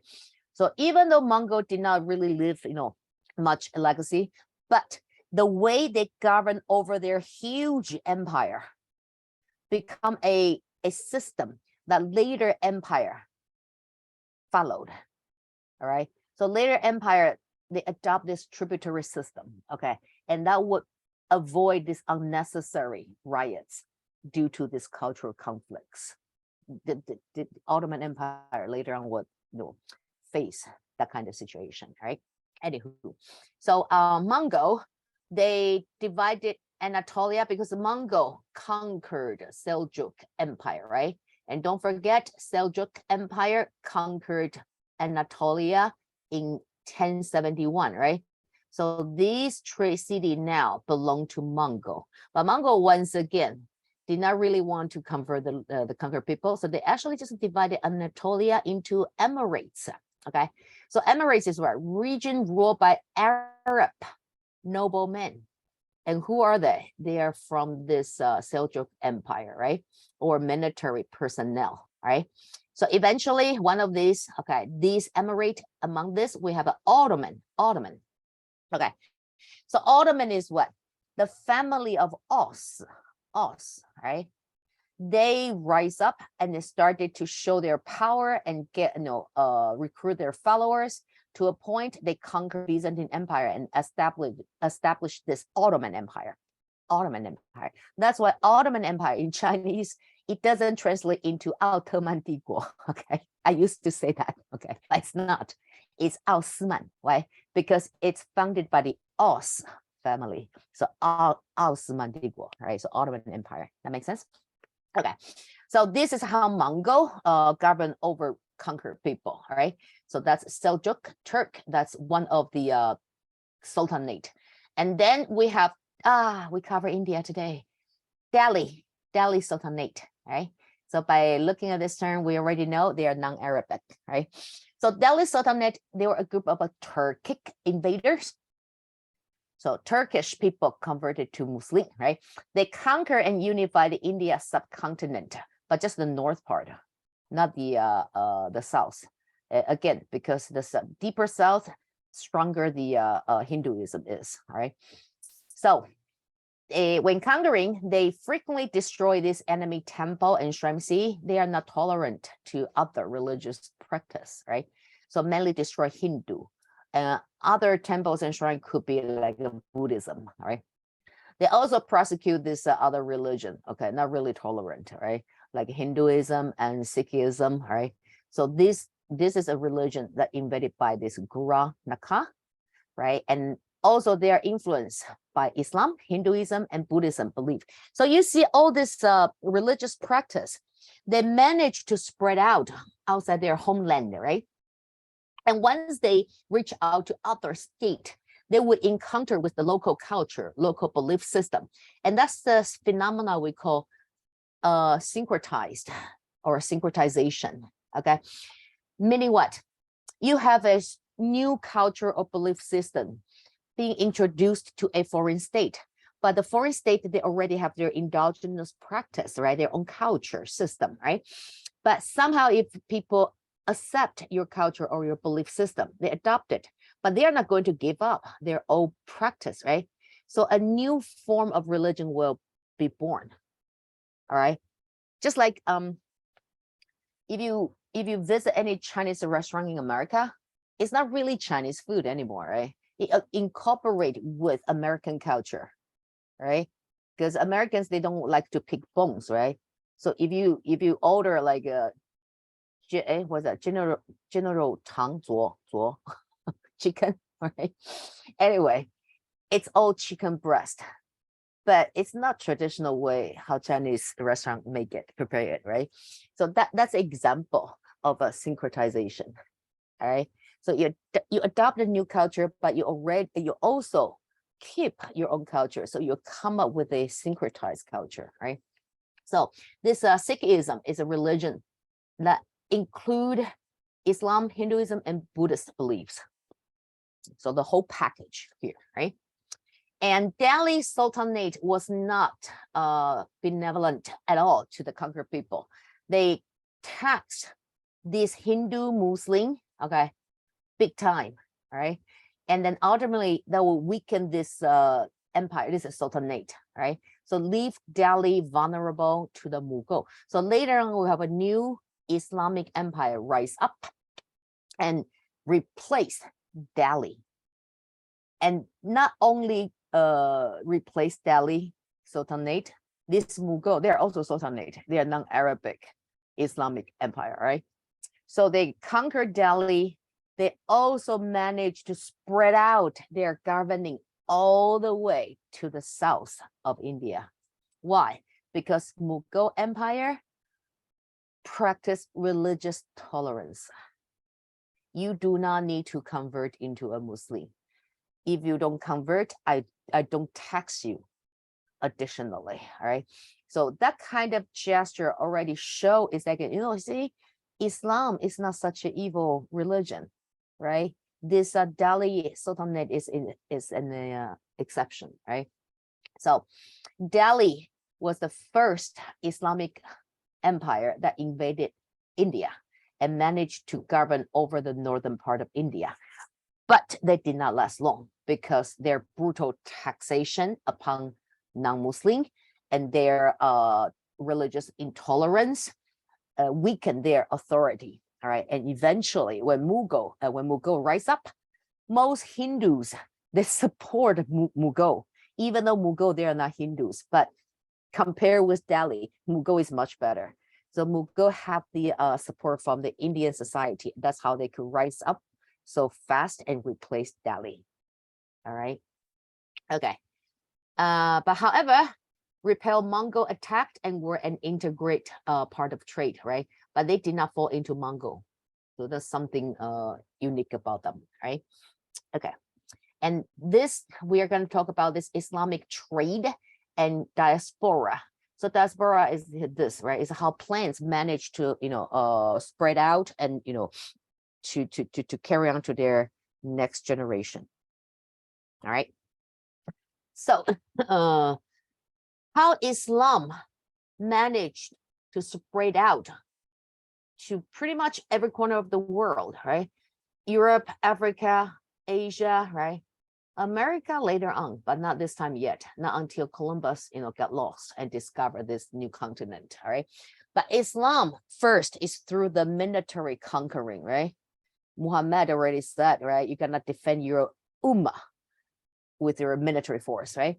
So that established their empire. That explains how Islam being, introduced to the world, right? But on top of this military conquering, Islamic trade also help the spread out of Islam, right? Remember Abbasid, this time period, Abbasid, right? So Abbasid Caliphate, the golden age of Islamic empire, right? They have the House of Wisdom and kind of escalate Islamic empire to the world's role model, right? That's where civilization is located. And of course, next to that, we have Middle Kingdom, right? So coexist. So Islamic empire become prosperative, right? And that enable their merchants to dominate Indian Ocean trade, right? So not just the Silk Road, but also Indian Ocean trade, right? So merchants, they can what? They can travel freely, safely, okay? We think this is what we call Dar al-Islam. When you see this term Dar al-Islam, right, it indicates where the Islamic states locate. Like when you go to Iran, that's part of the Dar al-Islam. You go to Iraq, you go to Egypt, you go to Saudi Arabia, you go to Singapore. Singapore, no, it's not. It's not Islamic state, right? So all this Middle East, it's part of this Dar al-Islam, right? So merchants, they can travel safely, right, and efficiently through this Dar al-Islam. So they will settle along this trading towns, right? Of course, because they're merchants, right?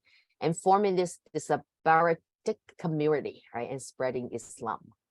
And since the merchants, they travel, okay, within Dar al-Islam, and that includes Africa, right?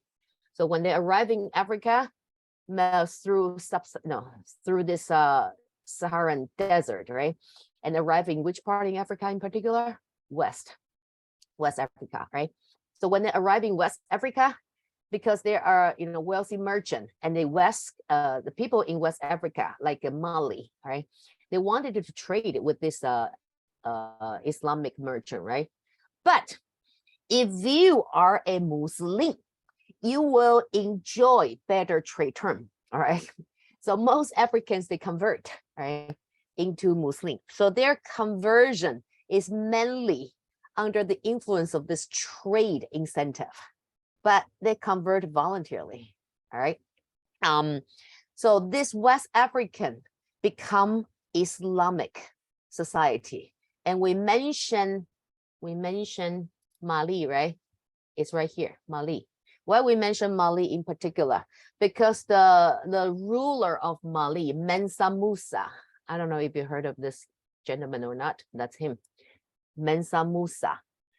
He converted to Muslim himself, and then his subjects also converted. So it became a Islamic state, right? And he was so devoted. Remember the 5 pillars, among which there's one Hajj, right?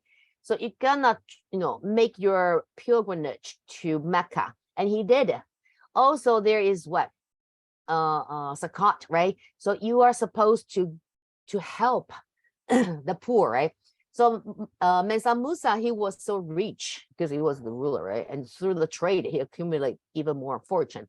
So during his journey, his pilgrimage to Mecca from Mali, that's pretty far though. He gonna travel through the Saharan desert, all the way through Egypt. That's how you can get to Saudi Arabia, modern days, right? And you can go to Mecca here, right? So during his journey, whoever he encountered, stranger or not, he would just give this person gold. So when he arrived in Cairo, Egypt, he gave everybody gold to a point he caused the inflation in Egypt. So imagine how rich he was, right? One person caused an entire country inflation because there are way too much gold circulating in Egypt now. So the price level goes up. All right. Well, so today we cover India. Oh, we're already ahead. Okay. And Africa is for tomorrow, right? So to sum up, today we introduce the origin of Islam, right? How Islam was, created, and how Islam managed to thrive and expand their influence within 1 century across Afro-Eurasia, right? And we talk about the difference in this Islamic empire, right? Could be caliphate, could be sultanate, right? And that's based on your the ethnic of the leader of this Islamic empire, right? Also, we talk about the division, right? The conflicts within Islam itself, right? And mainly because Muhammad did not, specifically appoint an heir, and that lead to the division between Sunni and Shia. Sunni population count, they are the majority. Shia is the minority, okay?